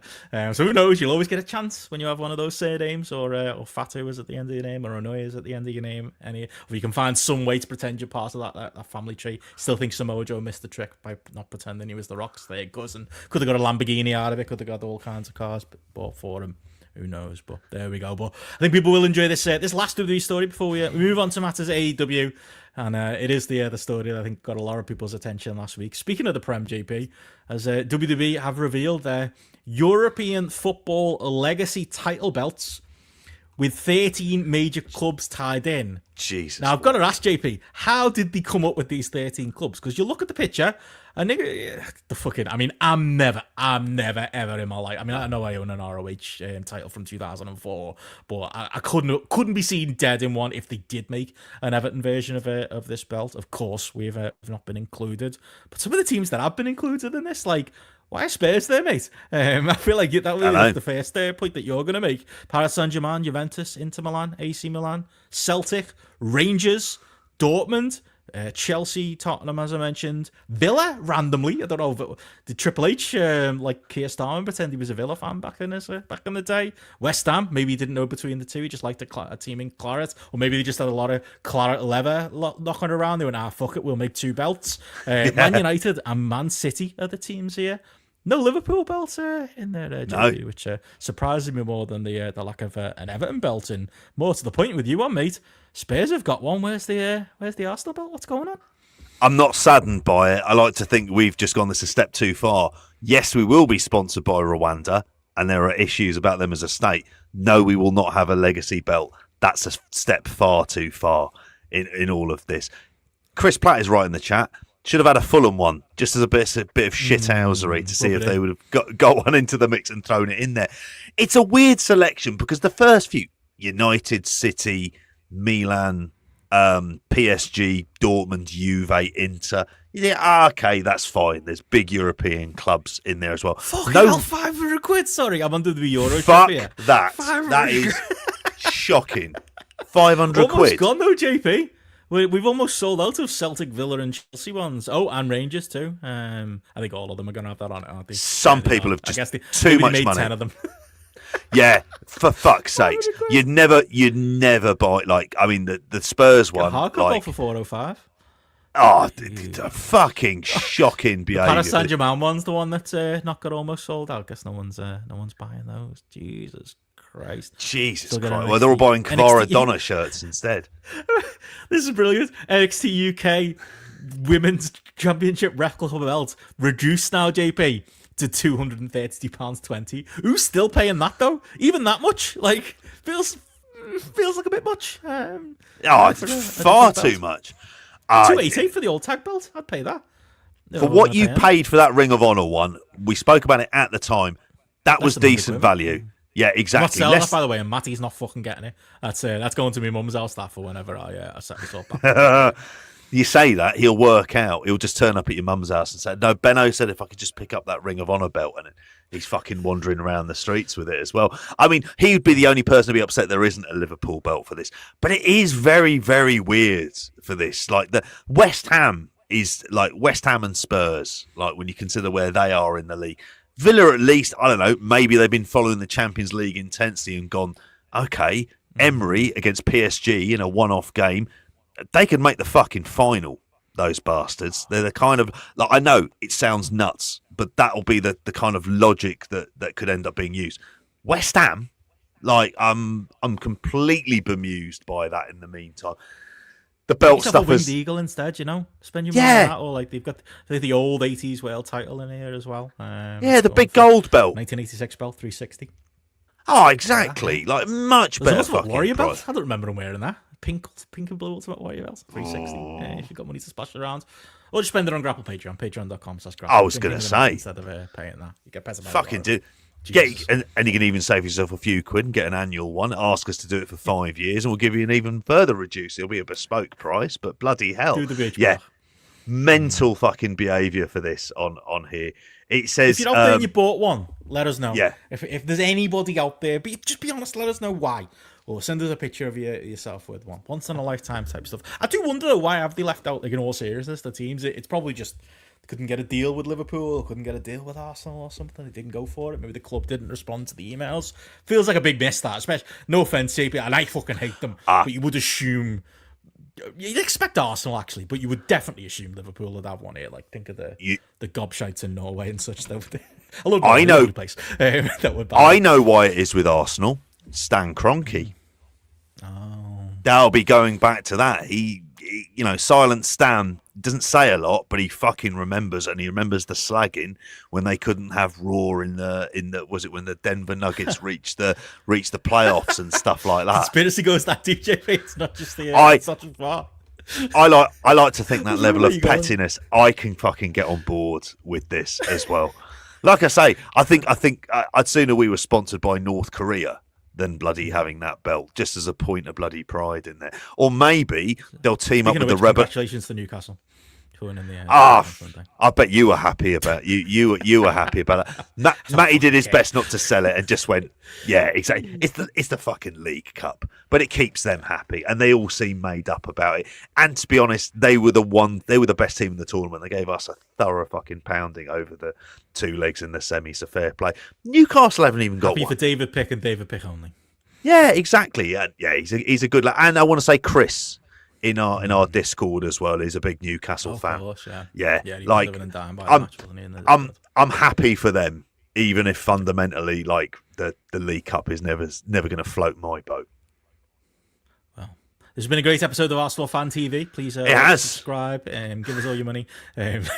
It's all we'll start that channel soon. But there we go. Get yourself a belt. Let us know how much you paid. They'll be on offer soon. They'll lock them down to 50% off. I'm certain. God, yeah. Point, but maybe like say AEW can get in with Fulham and make the deal over there. Feels like it'd be a pretty fucking easy deal to make. There's never been enough synergy with that for me. I did see Tony Khan in the news last week. Who was it? It was like one of the big talking heads in American football was giving the Jags grief, saying they're never going to go forward because the owner is too busy booking wrestling promotion. It was like, yep. I mean, that sounds true. I feel like it was. He's not wrong. Himself, is he dead? I don't know. Am I thinking of Mark Madden? I think somebody said it anyway. John Madden. I think he's very much dead. It probably would be the kind of thing that Stephen Smith would say. Sounds he's like a bit of a Smith, probably he's a bit of a shock jock, but he would be the kind. It feels like the kind of thing that he would say about that. And I think everyone just loves giving Tony Khan pelters, don't they? That's just as do we. Speaking of which, AEW time to get into some AEW talk. Obviously, over the last week, saying that we've been less given Tony pelters over the last while. The TV has been largely good. I think it was definitely an unnotable week. It felt like both Dynamite and Collision. Felt like a bit of a reset. I think you need that, coming out of the pay-per-view. We won't spend too much time on last week's Dynamite. It's like the old Spotlights we'd record on a Tuesday. By the time Wednesday comes, you all know what happened on Dynamite. But deserves a little bit of attention. It was an interesting Dynamite last week, I thought, JP, with the fact that, there were so many injuries and there were apparently so many changes to the card they were going to go with. It went from what I believe was going to be a very in-ring heavy Dynamite to what you've got written on the notes here, which was an everybody talks or everybody hates version of Dynamite this week. As promos from all kinds, even bled over to Collision, obviously, with Swerve cutting his promo on Mox, Omega in the ring cutting his promo, tournaments a go-go were announced as we have the eliminator for Kenny Omega's belt. I still don't understand what an eliminator is, but Tony Khan had it in his e-fed and he's making it be a thing on TV. We're setting up the Owen as Will Ospreay talked about wanting to be in the Owen. I think there are positives there. I think as far as like that you want your roster wanting to be a world champion, you want your roster talking about declaring for belts and stuff. Might not have done so much of it at once, but that felt like it was the biggest topic this week, really. JP on AEW TV. Everybody gunning for gold, and there are going to be many ways to get there. Yeah, it's a funny one, isn't it, for this? I mean, there's the unforeseen circumstances of the amount of injuries that they had, which kind of forced them to do it like this. The problem was, it was like, and we speak about it sometimes, like the left hand doesn't know what the right hand's doing in AEW, and they end up booking very similar segments. It was like, my God, it was MJF's talking, Tony Storm's going to talk, Will Ospreay's going to talk, Kenny Omega's going to talk, and it's just like, okay, like massive kind of overkill. And it's probably the idea of, could there have been one or two of the matches that appeared at the pay-per-view that were like kind of almost feud enders? Could they have dragged it out to Dynasty? Which, when we think about it, is only in 3 weeks, 2 weeks. It was really close by. No, it's about 3 weeks, isn't it? It's 3 weeks. April 6th. So you look at it and you think to yourself, like, could they have done that? Yeah, they possibly like could have. It would have made sense for them to do it. They were going to have to do a kind of a reset, and I think if they're going to go to monthly pay-per-views, if they're not going to do what WWE do, which is, and it's a very conscious decision to have relatively little on the show in terms of actual matches, so they get the requisite time. And the more as time goes on, the more I kind of appreciate that. I still think they kind of had to do it. I just wish they didn't go into fucking tournament mode. Like, I wish we could just have someone as a challenger and we just focused on them, even if it is for 2 to 3 weeks. Even if we just said, okay, this match isn't going to have like the strongest build to it, but it's definitely going to deliver in ring. So if you did say Speedball versus Kenny Omega, it's just a way of introducing Speedball. Mike Bailey has a novelty as a match and it will deliver in ring, and you don't have to put Speedball over other than he went toe to toe with Kenny Omega, then I'd be kind of fine with that, rather than come up with another like sort of tournament brackets and things like that, because it did make a lot of the TV, particularly the in-ring stuff, kind of feel like a bit of filler because you had these tournaments. And I think I've wanted them to stay away from them. And again, it was one of our big criticisms of them as well. And they have by and large done that. but it does. It's just when they bring them back, they have to do them all at once. That's my only issue with it. I've got no problem with them making, rando Dynamite and Collision matches have a little bit of stakes, because that's really what this is. It's filling TV, isn't it? It's filling TV time over the next while. It's a bit like what WWE did with King of the Ring, in the last couple of decades or so. It's just extra. It's a reason for matches to exist. And when AEW is the matches company, I've actually got no issue with that. It's just more the confusion of doing both at once. Like I was trying to catch up with the bits of Dynamite I've missed. It was like it is a bit million miles an hour. It's like if you're not fully clued in, you're like, hang on, which tournament is this for? Is this the one where they're going for Omega's belt, or is Ospreay? Okay, Ospreay's talking about the Owen. That's for the World title because as we established last year, you get a title shot coming off it. Like it is a little bit. It's Tony Khan being the millionaire's son, isn't it? You never got one Christmas present. He always got 2 or 3 or 5 or 500. Like you never learned that. Like sometimes less is more. Sometimes something's more special because you got one of it. I think that's a view inside the mind of Tony Khan. I think it's just more, isn't it, in every way? But in theory, I haven't got a problem. It's just thread the needle of making both simultaneously make sense as you go. And it did feel like that the winner of the men's and women's Owens are going to be going through to the major title matches at All In. So they've given that a level of importance. Where that leaves the Continental Classic later on in the year, I don't know. But if they had their 2 big, like sort of tentpole tournaments of the Owens and then the Continental Classic, I think I'm all right with that. I just think it's one of the things is that they've done so much overload and it became a proxy for not telling proper stories and doing proper feuds. Something that they have got back on track, particularly in the build to Revolution. Obviously, we're excluding Death Riders from any and all of the conversation around this stuff on here. But it was... it was kind of generally inoffensive this week is probably what I'll say. It wasn't like I was seething or anything else. It was just like, okay, we're doing this just in order to get a challenger for Kenny. Well, speaking of the Death Riders, obviously the big direction seems to be we are moving on to Swerve versus Moxley. Like I say, the big angle on Collision. A surprise it was on Collision was Moxley taking out Swerve's knee with a pipe shot that I think missed by a couple of inches to the point where it took Swerve a few seconds to register. He'd even hit him and sell. Mox then cut a promo on Edge, calling him the rated R Superman, and then having to correct himself live on. I think Collision was live this week, live on Collision. If not, that probably should have been edited. But yeah, that's the direction we seem to be going in. Obviously, the idea of one more fucking Moxley versus Cope match is not something I think most of us would have signed up for. Feels like that's again Swerve. They've already tipped the hand. We are moving towards Swerve and Mox, and I think we're going to get Swerve versus Cope on the way based on the content of Swerve's promo on the weekend's TV. I think really that's the right thing to do, and the right thing to do for me would be to put the belt on Swerve. And it feels to me like Mox and Cope having a rematch is more just it was probably a bargaining chip. No one's reported this, but like it would not shock me if Tony Khan had to have a word with them and go, listen lads, the 6 matches before yours on this pay-per-view are also blood feuds, and they all also need we actually need to give Ospreay the barbed wire bot spot, and we need to have the ultra violence in the Tony Storm and MMA match. So can you lads just go out there and have a match, and I'll give you your death match a couple next week or the week after on Dynamite. I think that's what happened, and the lads are still getting their match, but hopefully it's one and done because nobody wanted more of this, and I think it just feels like it's a bargaining chip more than anything. And like I say, I imagine Swerve comes out at the end of Dynamite this week, and we're off to the races with the Swerve direction, which can't happen soon enough for me.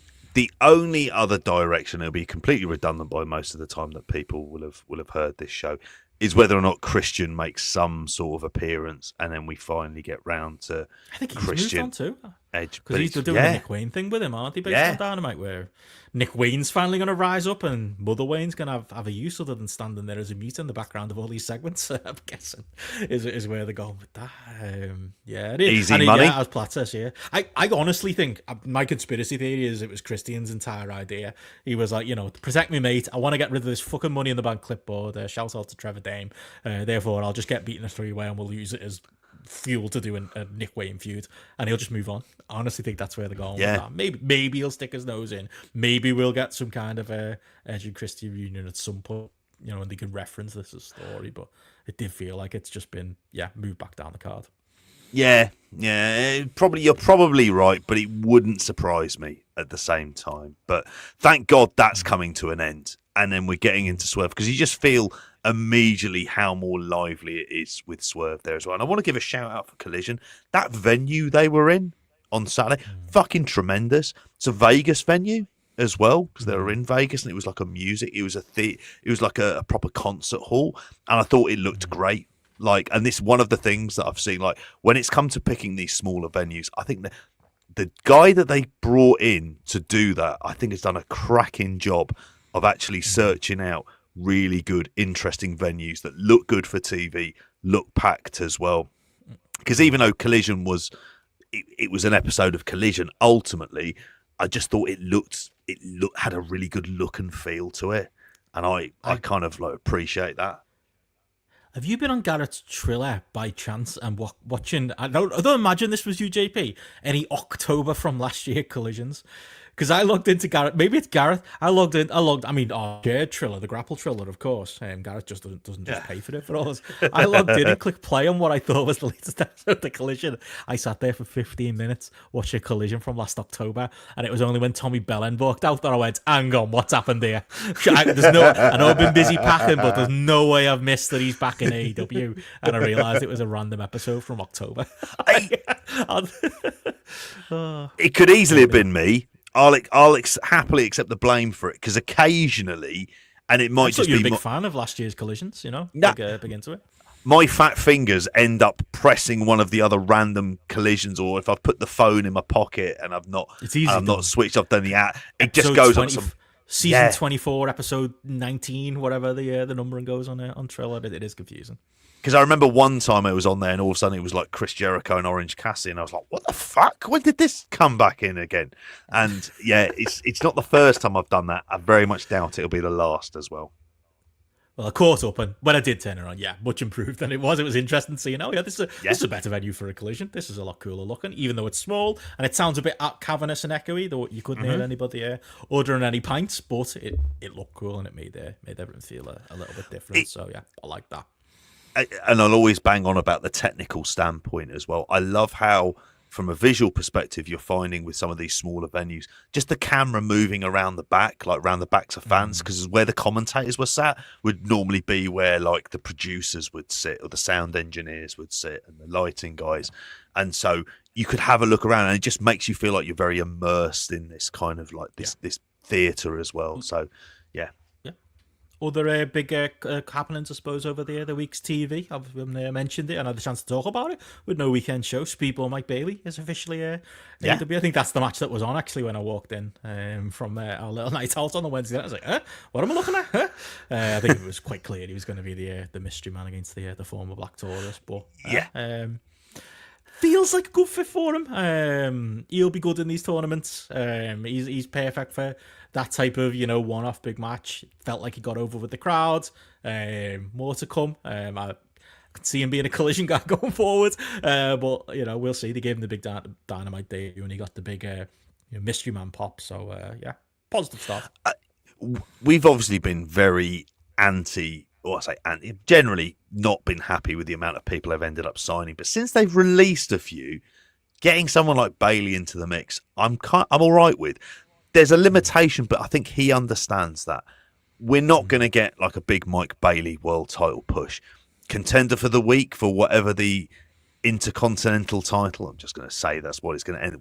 When it becomes that, I'm absolutely fine with that as well. Like a guy you can tell that kind of babyface story.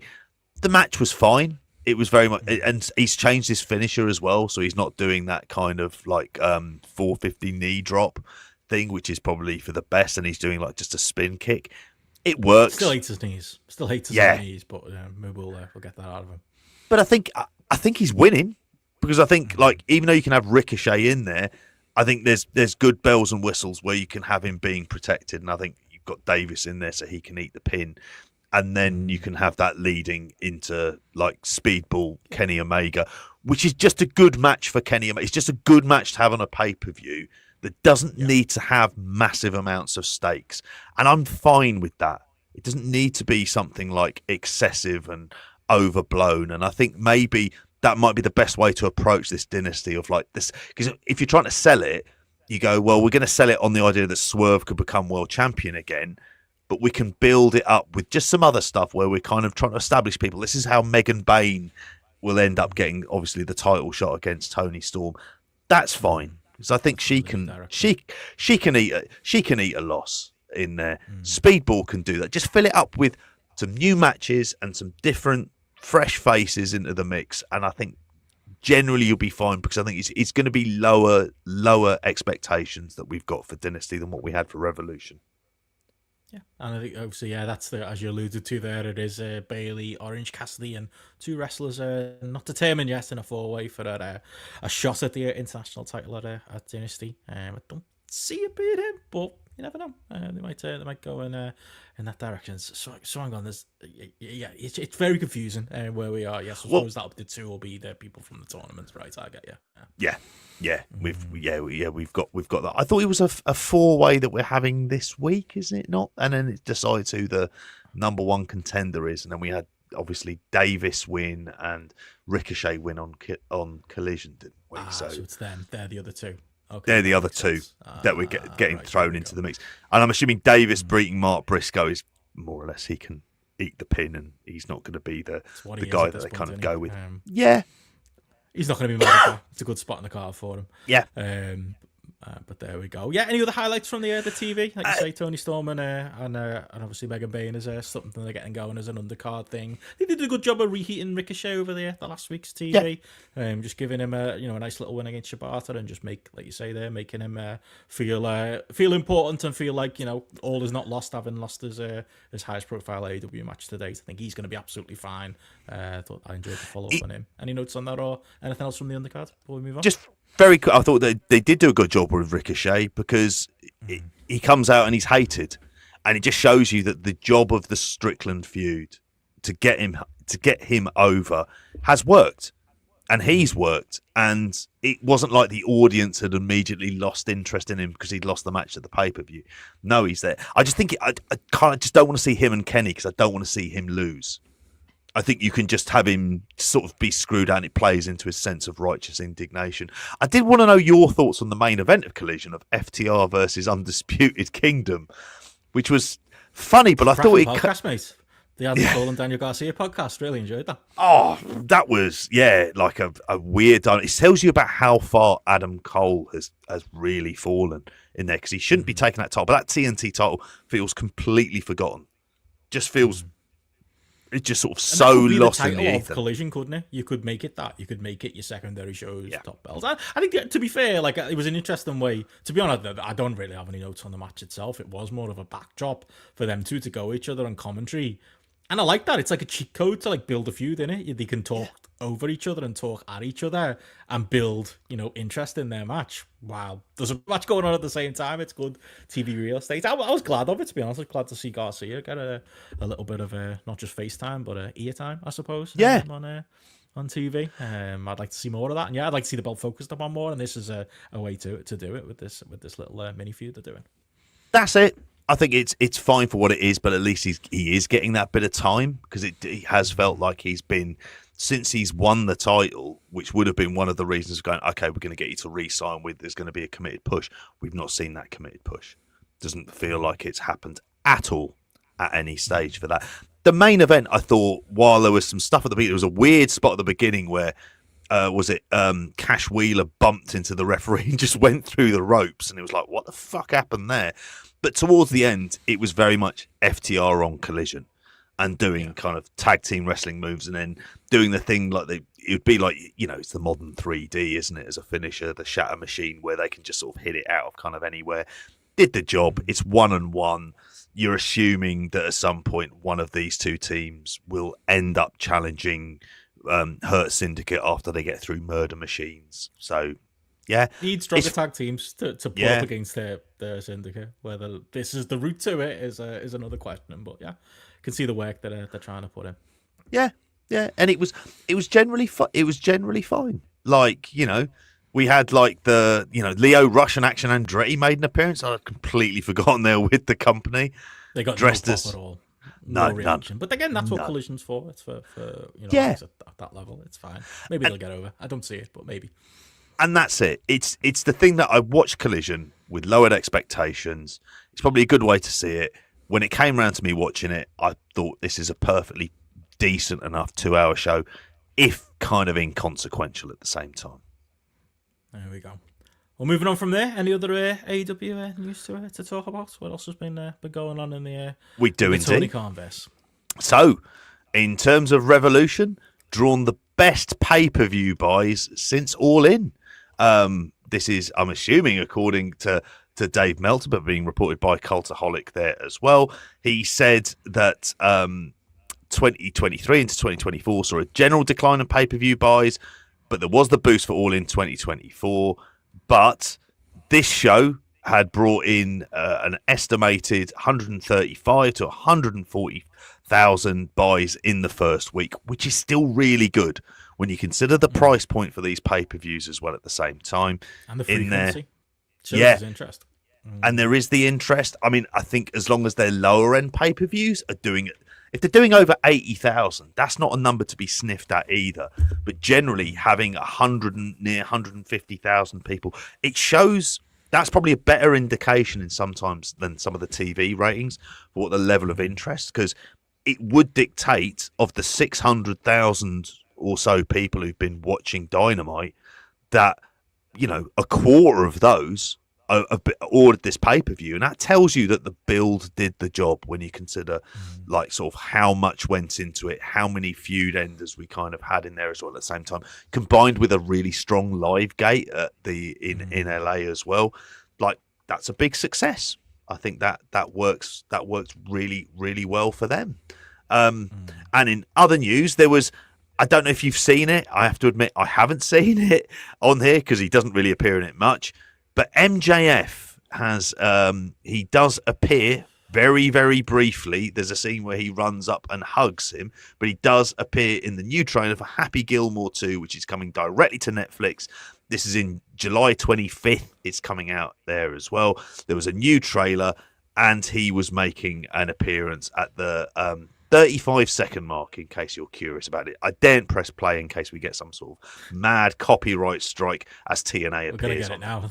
TNA oh yeah, as that fucking appears. Thank you, Fightful, on there as well. So when you put this on the notes, what's the relevancy? Is it Becky Lynch is in this as well? So Becky Lynch is in this, but not in the trailer. So it was said that she was going to be in the film. That was in January by PW Insider. But it's also got Bad Bunny in there as well. Ben Stiller's making an appearance. Christopher McDonald, who was Shooter McGavin in the first one. Have you seen Happy Gilmore? You must. Oh, of course, yeah. Yeah. It's a classic. I don't really like how them still on these days, but it's classics are still classics, aren't they? I mean, the Safdie brothers aren't making this, sadly, because that would be a very different, much more intense Big version. Daddy, that was good. I enjoyed that. I watched that not that long ago. Big Daddy. It's like Water Boy I liked at the time. Don't know whether it would have aged well. I don't think I'd want to rewatch it. Oh, Big Show was in that, wasn't he? Yeah. Yeah, he was, yeah.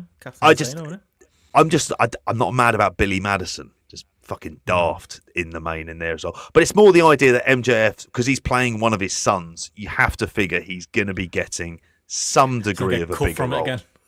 No, like his appearance in Iron Claw for all of 5 seconds in the background playing Lance Von Erich. Like, he's going to be getting more of an appearance here. It's just going to be the competition of whether or not it's him or Becky Lynch who are going to get more screen time. I think that's their family used to be cut from being cut from films, so yeah, it's a race to the bottom. I think that one.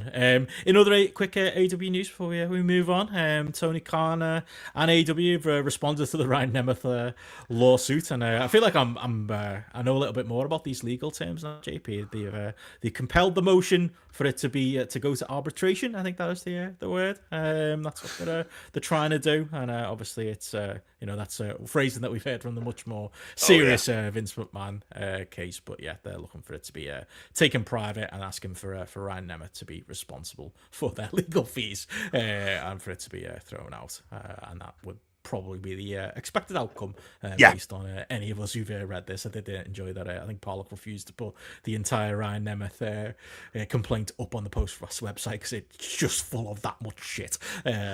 Feels like good on you, John. Of a napkin, that one. It's not going to last this one. No, it isn't. And I remember saying this at the time we were talking about the story. I think it might have been even on the weekend show as opposed to Spotlight. This is a case that's not going to court. He just wants a cheap, easy payday, pay off whatever mortgage he's got on the house, a few quid, have it in there, and that's it. Jobs are good, and he'll probably get it because they don't want the embarrassment. They don't want to start dragging stuff through CM Punk. They don't want to bring up that whole rigmarole again. And what they'll end up paying in legal fees would be enormous, and it will just be delayed and as part of the news cycle. So you can see them reaching some sort of agreement very, very soon. And as we'll get on to, Nick Nemeth's a busy lad. Or Ryan Nemeth even is a very busy lad. There you go. He doesn't want Tony Khan from getting in the way of him being even busier if he hadn't damaged his reputation such. But we'll see where that one goes. And yeah, the only other AEW thing is, of course, Dynamite is this Wednesday. As mentioned, we have the aforementioned four-way for the international title shot.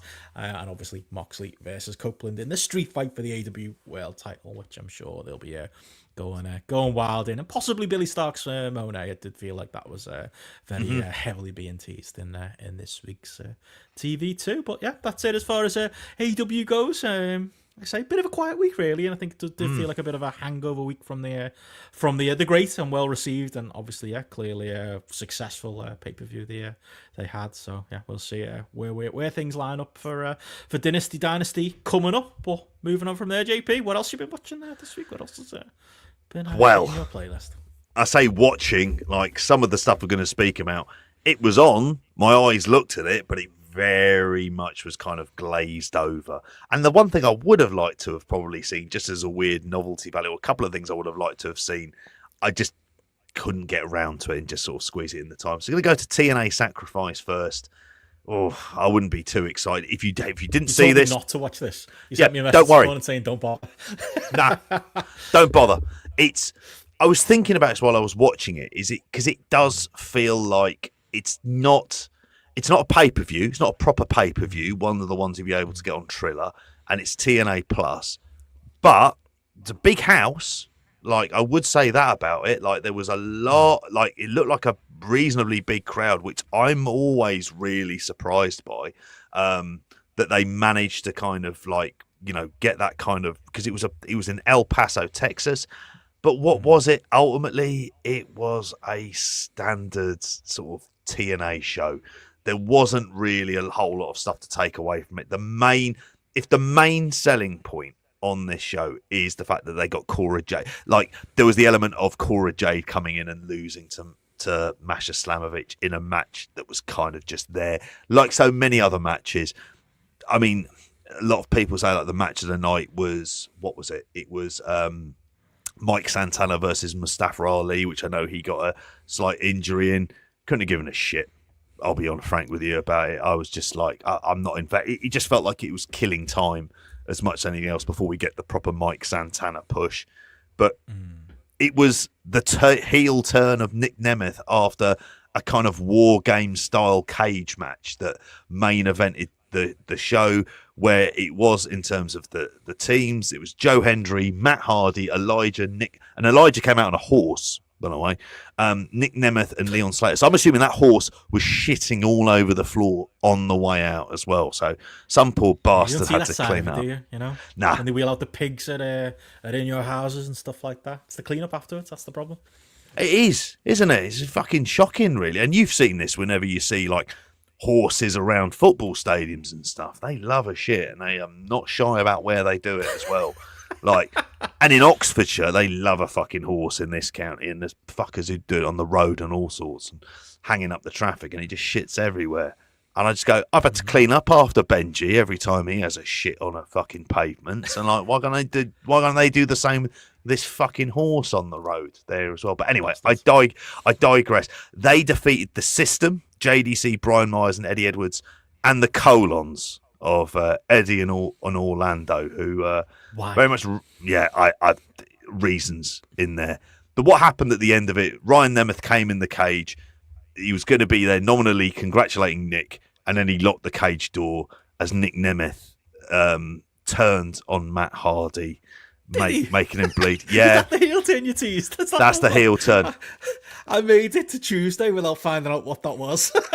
I Okay, fair enough. Yeah, that's the heel run that's going to really rock the wrestling world. Well, I was a little bit minorly critical of John Cena earlier, because he couldn't reach the heights of a Nick Nemeth heel run. Who could imagine such things, JP?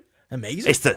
It's the proper heel run, isn't it? Like, you can stick your John Cena's. I want half an hour with why Nick why being put at the centre of it. Well, we know why, because if there's one thing they love, it's a brothers tag team match, and it's the brothers tag team match that I would think only the Nemeth brothers had asked for that would be of any interest, of the Nemeths versus the Hardys in a feud that I'm going to watch as little of it as humanly possible.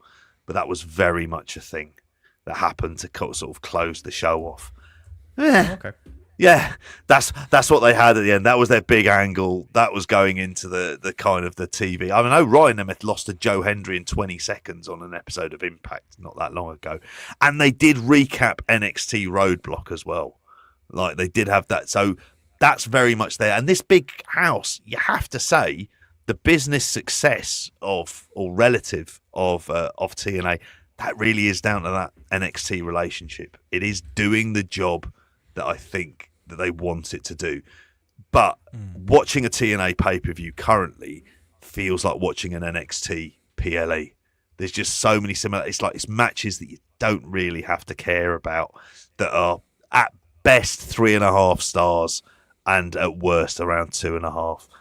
It's not like there's anything particularly fucking disgraceful, but it just sort of does the job. So, like, yeah, you didn't miss much by not seeing this show. That is TNA. Yeah, a couple of interesting TNA news notes though. Coming out of the we didn't really get a chance to talk about. Did you manage to stay up and watch the big NXT special last week? How did your boys do? How did the Hardys do? How did the Moose do? They have never been and never will be my boys, the Hardys. You tread carefully with that. It was actually a good show, NXT. Actually, we did. It was, it was for NXT. It flew by really, and it was a lot of just good level. I wouldn't go crazy like the cage match ratings have gone on it with 4-star plus for pretty much every match on the show. But it was lots of fun 10-minute matches and a good main event. It was a good show. It'll be spoken about in the same revered terms that When Worlds Collide, and having watched When Worlds Collide, that's not that great. It does feel like that's the realm it's kind of pushing it into. But I thought it was generally fun. I mean, I would say from Roadblock, Moose versus Obafemi, just because Obafemi you look at and go, there is definitely something there, and Moose will be signed by them. You can tell that they're looking at him going like, they're into him, aren't they? They're testing the waters. Can we get away with this? Obviously, with his history. I would say that we've spoken about sort of like alt-right stuff. The Tessa Blanchard versus Lei Ying Lee, who was in NXT. They had their match. And there was they started like she was almost like encouraging it, the she's a racist chants, which then there were dueling chants of no she's not, which feels like do you know what they're doing? And it's depressing, but they're playing into the current culture wars thing of DEI hires and stuff like that, and you know you deny racism at any sort of stage as well, but they're playing into this stuff and they're playing with fucking fire. Because they did have, AJ Francis as well, like telling Mexicans to go home and stuff like that. It's like, they're doing stuff like that. But back on to... I saw the body slam thing with that. It was, I wrote that was right. But yeah, they seem to be doing well on NXT. And that was a good show. I tell you what, speak positive in women's wrestling. That Stephanie Vicker and Julia match wasn't a 5-star match. But it really did feel like you're watching the future, especially with Jordan on the same show as well. Them three feel like, okay, they've finally found like some horsewomen again. Like it feels like that again. Like for a long time, the women they've been sending up to the main roster or have been getting highlighted and getting overpraised on NXT have been the women who can do cartwheels and. You know, it does feel a bit attitude. It's the women with the attributes that, a certain demographic are after that have been getting over on NXT. And obviously there's an element of that with some of the offense and look of at least one of these two. But I thought Julia and Stephanie Vicker definitely look like the future of WWE. And they're going to repeat that match on main roster, and it's going be a big deal when they do. They made it a big deal, putting them in the front row on Raw last week, and it does feel like Jordan Grace is headed in the same direction as well. I think we're gonna get more interactions with them lot on main roster coming. Sorry, turned into an NXT review. No. TNA, but it's all one and the same, isn't it? Now NXT and TNA is all one thing. Took the words out of my mouth. Exactly, it's all one in the same for this. And I'm of the three of them, I'm really bullish on Stephanie Vaquer making it. The level of transition, if you think about how many people have come from CMLL, he says wearing the fucking CMLL t-shirt, have come from like CMLL and from Mexico and have just not made it in WWE. And she just seems to have gotten it straight away. And I know in her very sporadic appearances in the UK, when she was at Rev Pro and stuff, she just felt like she was a proper wrestler. Nathan saw her at Forbidden Door last year. How's that a real thing? I literally saw her live in America. Like, what feels like 8 months ago. It was like 8 months ago. Like, ridiculous. Yeah. And she feels and looks like she should be a star. And I think she will be. It's how long are they going to be in NXT for? Because it does feel like it's not going to be for a particularly long period of time. And if you're going to rejig the roster around in, say, SummerSlam, I think you can do a lot worse than bringing them into the mix, particularly if you have your issues, as have been well reported about Jade Cargill and all the various stories, all of which don't feel surprising, and more of which I'm thinking, are they going to cut their losses on her just for background stuff? No, not Ness. No, that story's nonsense. It's like anyone's. It's honestly, if you went to my work and asked Jan her opinion on Donna, she'd give you one news story. And if you asked Donna's opinion on Jan, she'd give you another news story. And then a dozen you girl that'll start to join the office. And she thinks she's God's gift. But that's what that feels like to me. I think maybe, considering the amount of work the other women are doing to get her over and the amount of carrying they're doing for her, when she's very clearly Triple H's pet project, I think she's got to tread carefully. But I think they've shown, haven't they? Like Triple H by hook or by crook is going to get her on shows and is going to keep persisting with her. And she's a major player going to WrestleMania. I don't think it's going to affect her at all. I think if anything, it's just a story that's come out really late compared to when it happened. It's also a completely unsurprising story. It just feels like, yeah. Well, when you get that level of push, with that level of skill and that level of aptitude for wrestling, just because you look like $1 billion, more than $1 million, and she looks amazing. And she comes across amazing and presents herself. And to be fair, I think in the promo stuff that they've been doing with her recently, I think she's been doing all right with that. It's just the wrestling's so bad, and that's where you need the locker room to get you over. And doing your own self-styled videos with Ricky Starks probably isn't a good idea. No, probably leave some of that heat for some others to take. Leave it to the Brian Pillmans of the world. She did nail her spots at the Elimination Chamber. That much she at least, man, even if I was worried about tripping up on the way in. Yeah, exactly. And that's the bit that matters. Yeah, so yeah. Maybe I've got that wrong. I just keep them thinking about, like, that they, with any disharmony in the women's side, given the other stories that have happened, there's I don't know. I want there to be fucking drama. What can I say? I'm a messy bitch. The men are just as bad. Oh, yeah. I shouldn't say this in the men thing. The men in my office are just as bad. It is just like that. I think in most locker rooms and most workplaces. I never know. Never know about those stories when they come out. But on that note, to manage to avoid this on JP, I suppose we have New Japan Cup. Well, we are. I was just going to say very quickly, Hardy's not going to be appearing in NXT.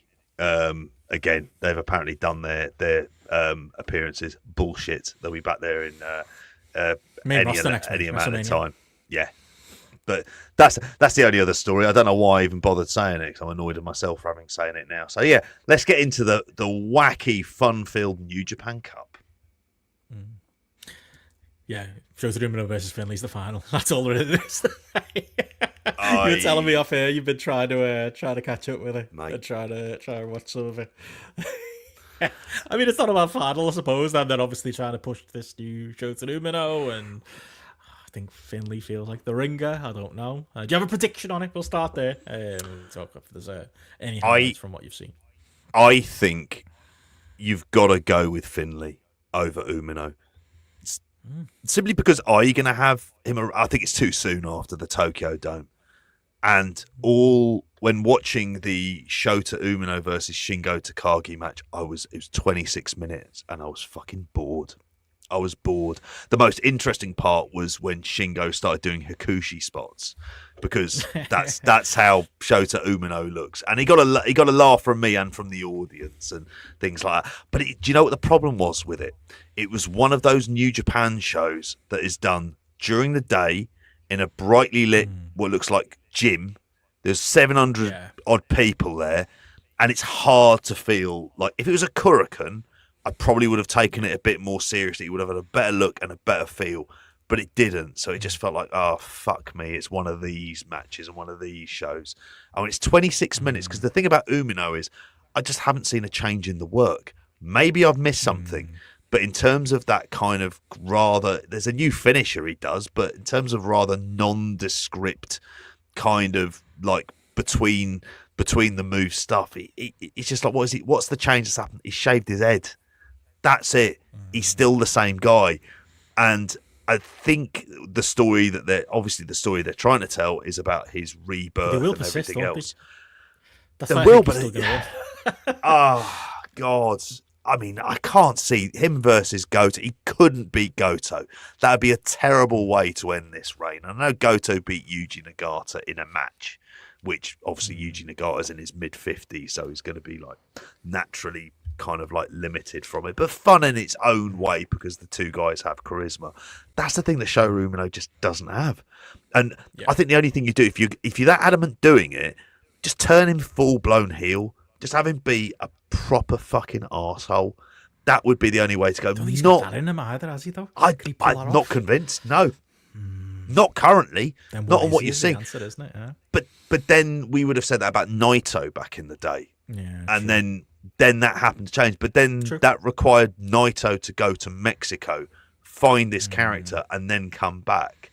And at least then there was like, because they've got the reasoning behind it. It's like he was rejected by the fan base in the run up to the Tokyo Dome. But I think going back to it this soon just feels like it'd be a bit of a mistake. Whereas you can have Finlay in that match and it would kind of work, I think. And I don't mind David Finlay. I don't think he's ever going to be it's like the most low rent of the Bullet Club leaders and everything else. And it's at a time when it's just been so oversaturated. But he's had some good matches. I have a degree of like faith in David Finlay. I just don't have any faith in Shota Umino. And it's going to be a match that's half an hour long. I think Finlay will lift up his side of the bargain. I just no faith that Shota Umino will. You surprised Gabe didn't make the final? That they haven't gone with that again?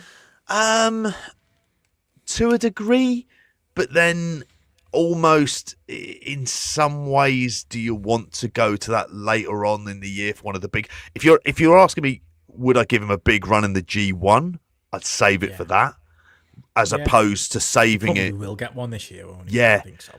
I think he would do, and that would be the one that matters, as opposed to New Japan Cup, which Finley's kind of established, so you can go in that direction.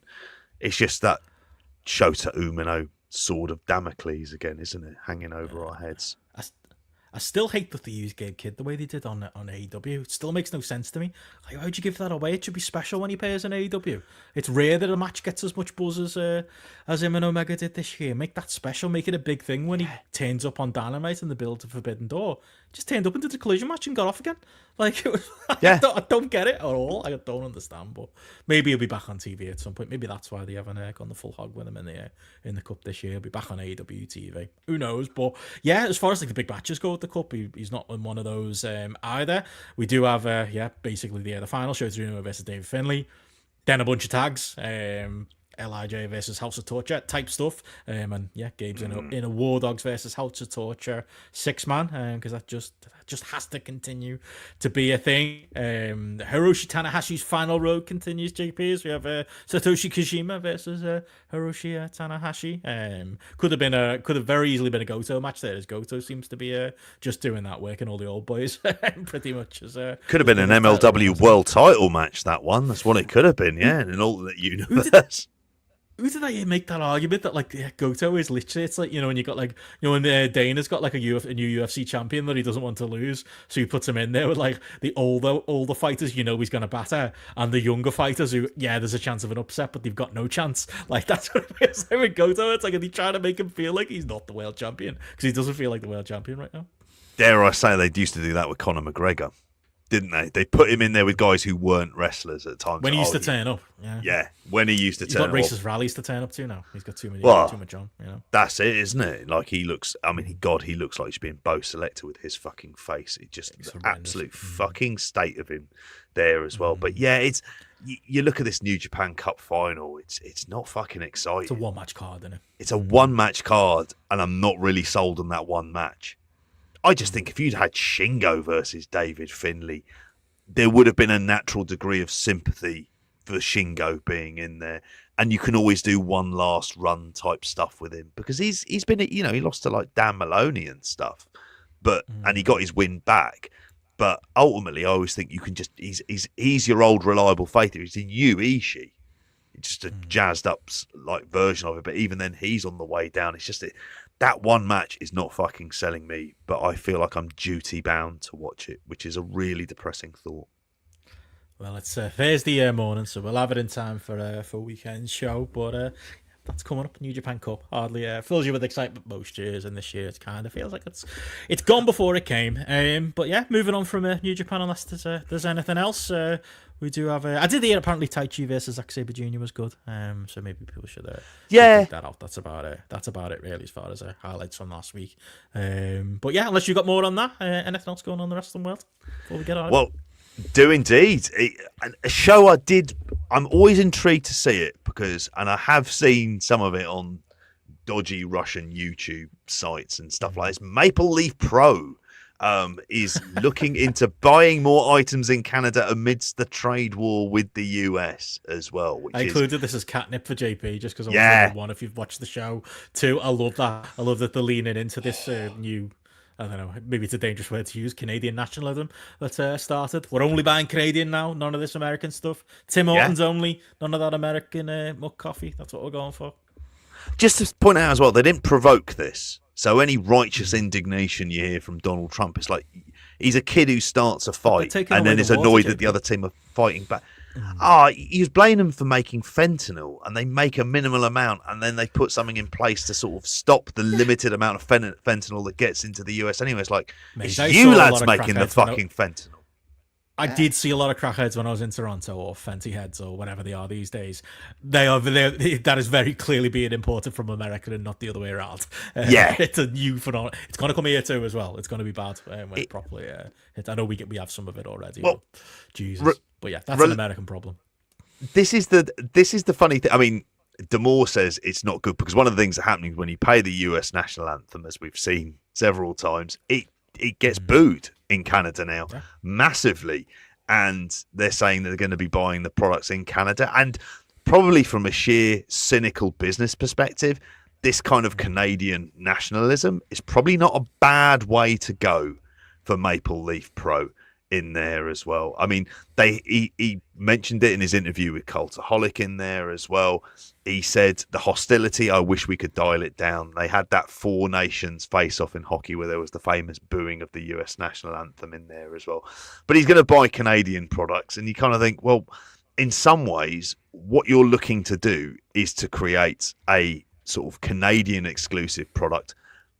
I dare I say, like, kind of make sure you're leaning into this of like, these are Canadian, like we're telling fans, Canadian made t-shirts, stuff like this as well. And from the clips I saw of Maple Leaf, it looks just like Canadian TNA, which was TNA for a very long time, particularly when like they were struggling for crowds and whatnot, and they were always going to be at places like St. Clair College and stuff like that. But Josh Alexander made an appearance.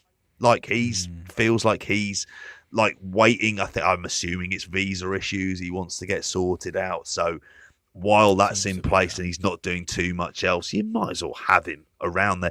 And they've got a good relationship. Easier than visa issues, by the way, talking about the real life news. Do you see that girl who was like, she was only in America, like she was helping, it was something like she was helping pay for No, she was helping with the cooking and cleaning in the houses that she was staying in, but they counted that as work, and she's like just some random English girls in like an orange prison jumpsuit now and can't get out because the immigration system's so backed up. Like there's gonna be Canadians who just don't want to go to America anymore, who just aren't gonna risk it. Never mind Brits and the rest of the world. But I guess when you got TKO in your back pocket, I'm sure it'll all get sorted for Josh if that is the direction. This is the thing, isn't it? Like it will get sorted out for him, because he'll come under the unique skill set. AEW have a good relationship with Maple Leaf Pro. They've sent a few people over there anyway. Kaito Kiyomiya made appearances, for Christ's sakes, in there as well. So I don't think this is the worst place for him to end up in the meantime. And you give him a bit of time off as well, and he'll have been part of the leverage he would have had not to go to NXT. I mean, has that officially been announced that he's signed with AEW? I'm not sure that is the case. It just seems to be the big assumption, isn't it? That they've won a battle and it just came down to money. And part of this will be, well, we'll pay you. You just stay in Canada for the meantime. And he's probably thinking, fucking great. Works out well. Me and my wife can stay in there, spend time with the family, and not have to worry about any of this stuff. He's not a brickie in Toronto anymore, is he? But this is the thing with them. I mean, they're a promotion to kind of keep an eye on. I did hear John Pollock talking about this as well, where he said one of the same night. I think Backlash is going to be on, but there's also a UFC pay-per-view that weekend. But I think it's more about them. They're running the Saturday because it's more about the tickets as opposed to trying to sell shows on Triller, which is just a place for it.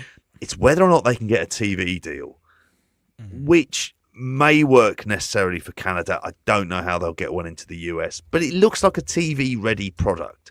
And there's enough people, and D'Amour's clever enough to kind of work around a few people in there as well. And it looks like it does decent houses. So, yeah, it's the new TNA.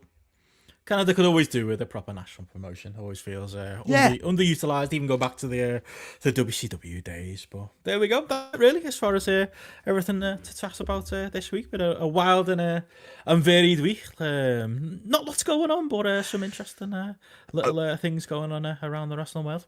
Couple of things I want to kind of see, and I didn't see it, obviously. And if you haven't heard it already, I would say I'm going to plug another podcast. I'm going to plug Grabs and Claps, because they went to loads of shows this weekend. PCW's Road to Glory, but also Rev Pro's Epic Encounters, which they had from the Hangar in Wolverhampton, which apparently had a good main. Weekend, had a good main event as well of one called Manders, who's had a very good tour. Obviously, he won 16 Carat, and he's that Ogden's champ was going off a Carat. Heart out Gideon Gray. Exactly. Don't complain about it. One called Manders, is that the chance? I think that's The genie's out the bottle with that kind of stuff. Can't just sit there and clap. Like, I don't know, he's very behaving like Stuart Lee, isn't he? Like how he behaves like comedy fans. But yeah, I think I would like to see some of that. There's even part of it I'd like to see what the highlights were from WXW as well if I can ever get round to seeing those, because again, there's always that soft nostalgic spot we had. Very nostalgic for it, and it does feel like the rebuild's working. Talk about like doing laps of the Turban Haller, trying to find his way in, and only finding his way in when he saw loads of wrestlers randomly doing stretches on a random staircase outside of what looked like a warehouse. And I was like, "Yep, that's the WXW experience." I am told by an inside source that he didn't have a kebab from the kebab van, unfortunately. What? Hopefully, at least visited that crap McDonald's with the broken screen. But it did, honestly, seeing that and seeing the photos and seeing people out there did make me think, I wish the days when everybody went. Will we ever get those back?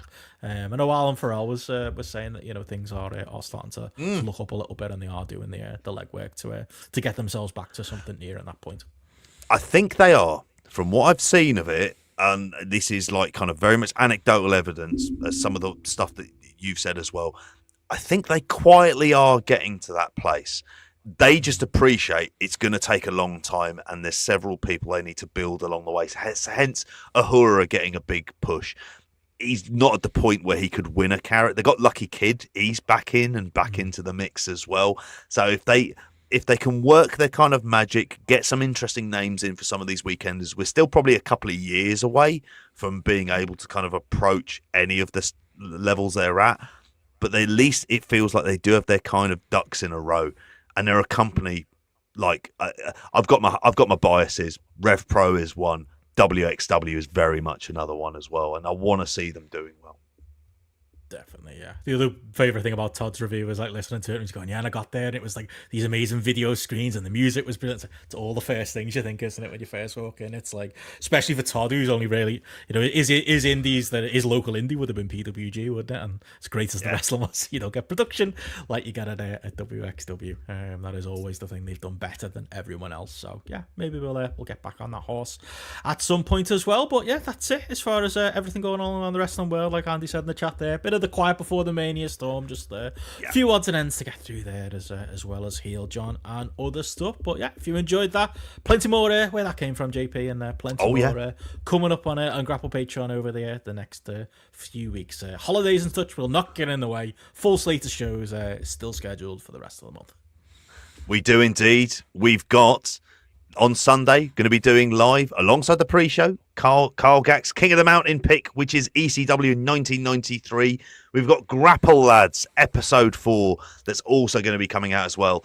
We have Time coming out in a couple of weeks' time as well. Shouldn't use the word time so much there, but there you go. From March of 1995. Fucking awesome. Some awesome stuff in there as well, which I don't want to go into detail about what we're going to be covering, but trust me, it's fucking great. So that's going to be coming out once I sort out the copyright nightmare that is an episode of Time when putting videos together. But if you're a member of the Patreon, you will get to see the full unedited version up on there as well to get around it. Obviously, we've got Spotlight. We've got the midweek news dump as well that's coming out on the Wednesdays, and the weekend show, which I believe we're going to be doing on Friday. Old school. I think so, yeah. Me moving boxes will keep everyone on their toes. Maybe we'll shock Simon and ruin his week and do it on Thursday instead. But the moment schedule for Friday. But yeah. Schedule subject to change, that's all I'll say. Coming up. Always. Yeah, as it should be. Fuck it, we'll move it to a Thursday for a laugh as well. But if you want all of that goodness, couple of places you can go to: patreon.com/@grapple and patreon.com/grapple, my bad. Yes. youtube.com/@grapple. Freudian slip. There we go. Get all that good stuff. But yeah, as always, thank you to our patrons for supporting the show. Thank you to our live patrons for tuning in with us early on this Tuesday night. And of course, as always, thanks to our kings and queens of the mountain: Conor O'Loughlin, Eddie Sideburns, Chris Platt, Carl Gac, and Sophia Hitchcock. We will catch you again on weekend show, probably on Friday. We'll see. Good night, all. Bye. Q Mark B, Q Blade. Keep making those beats.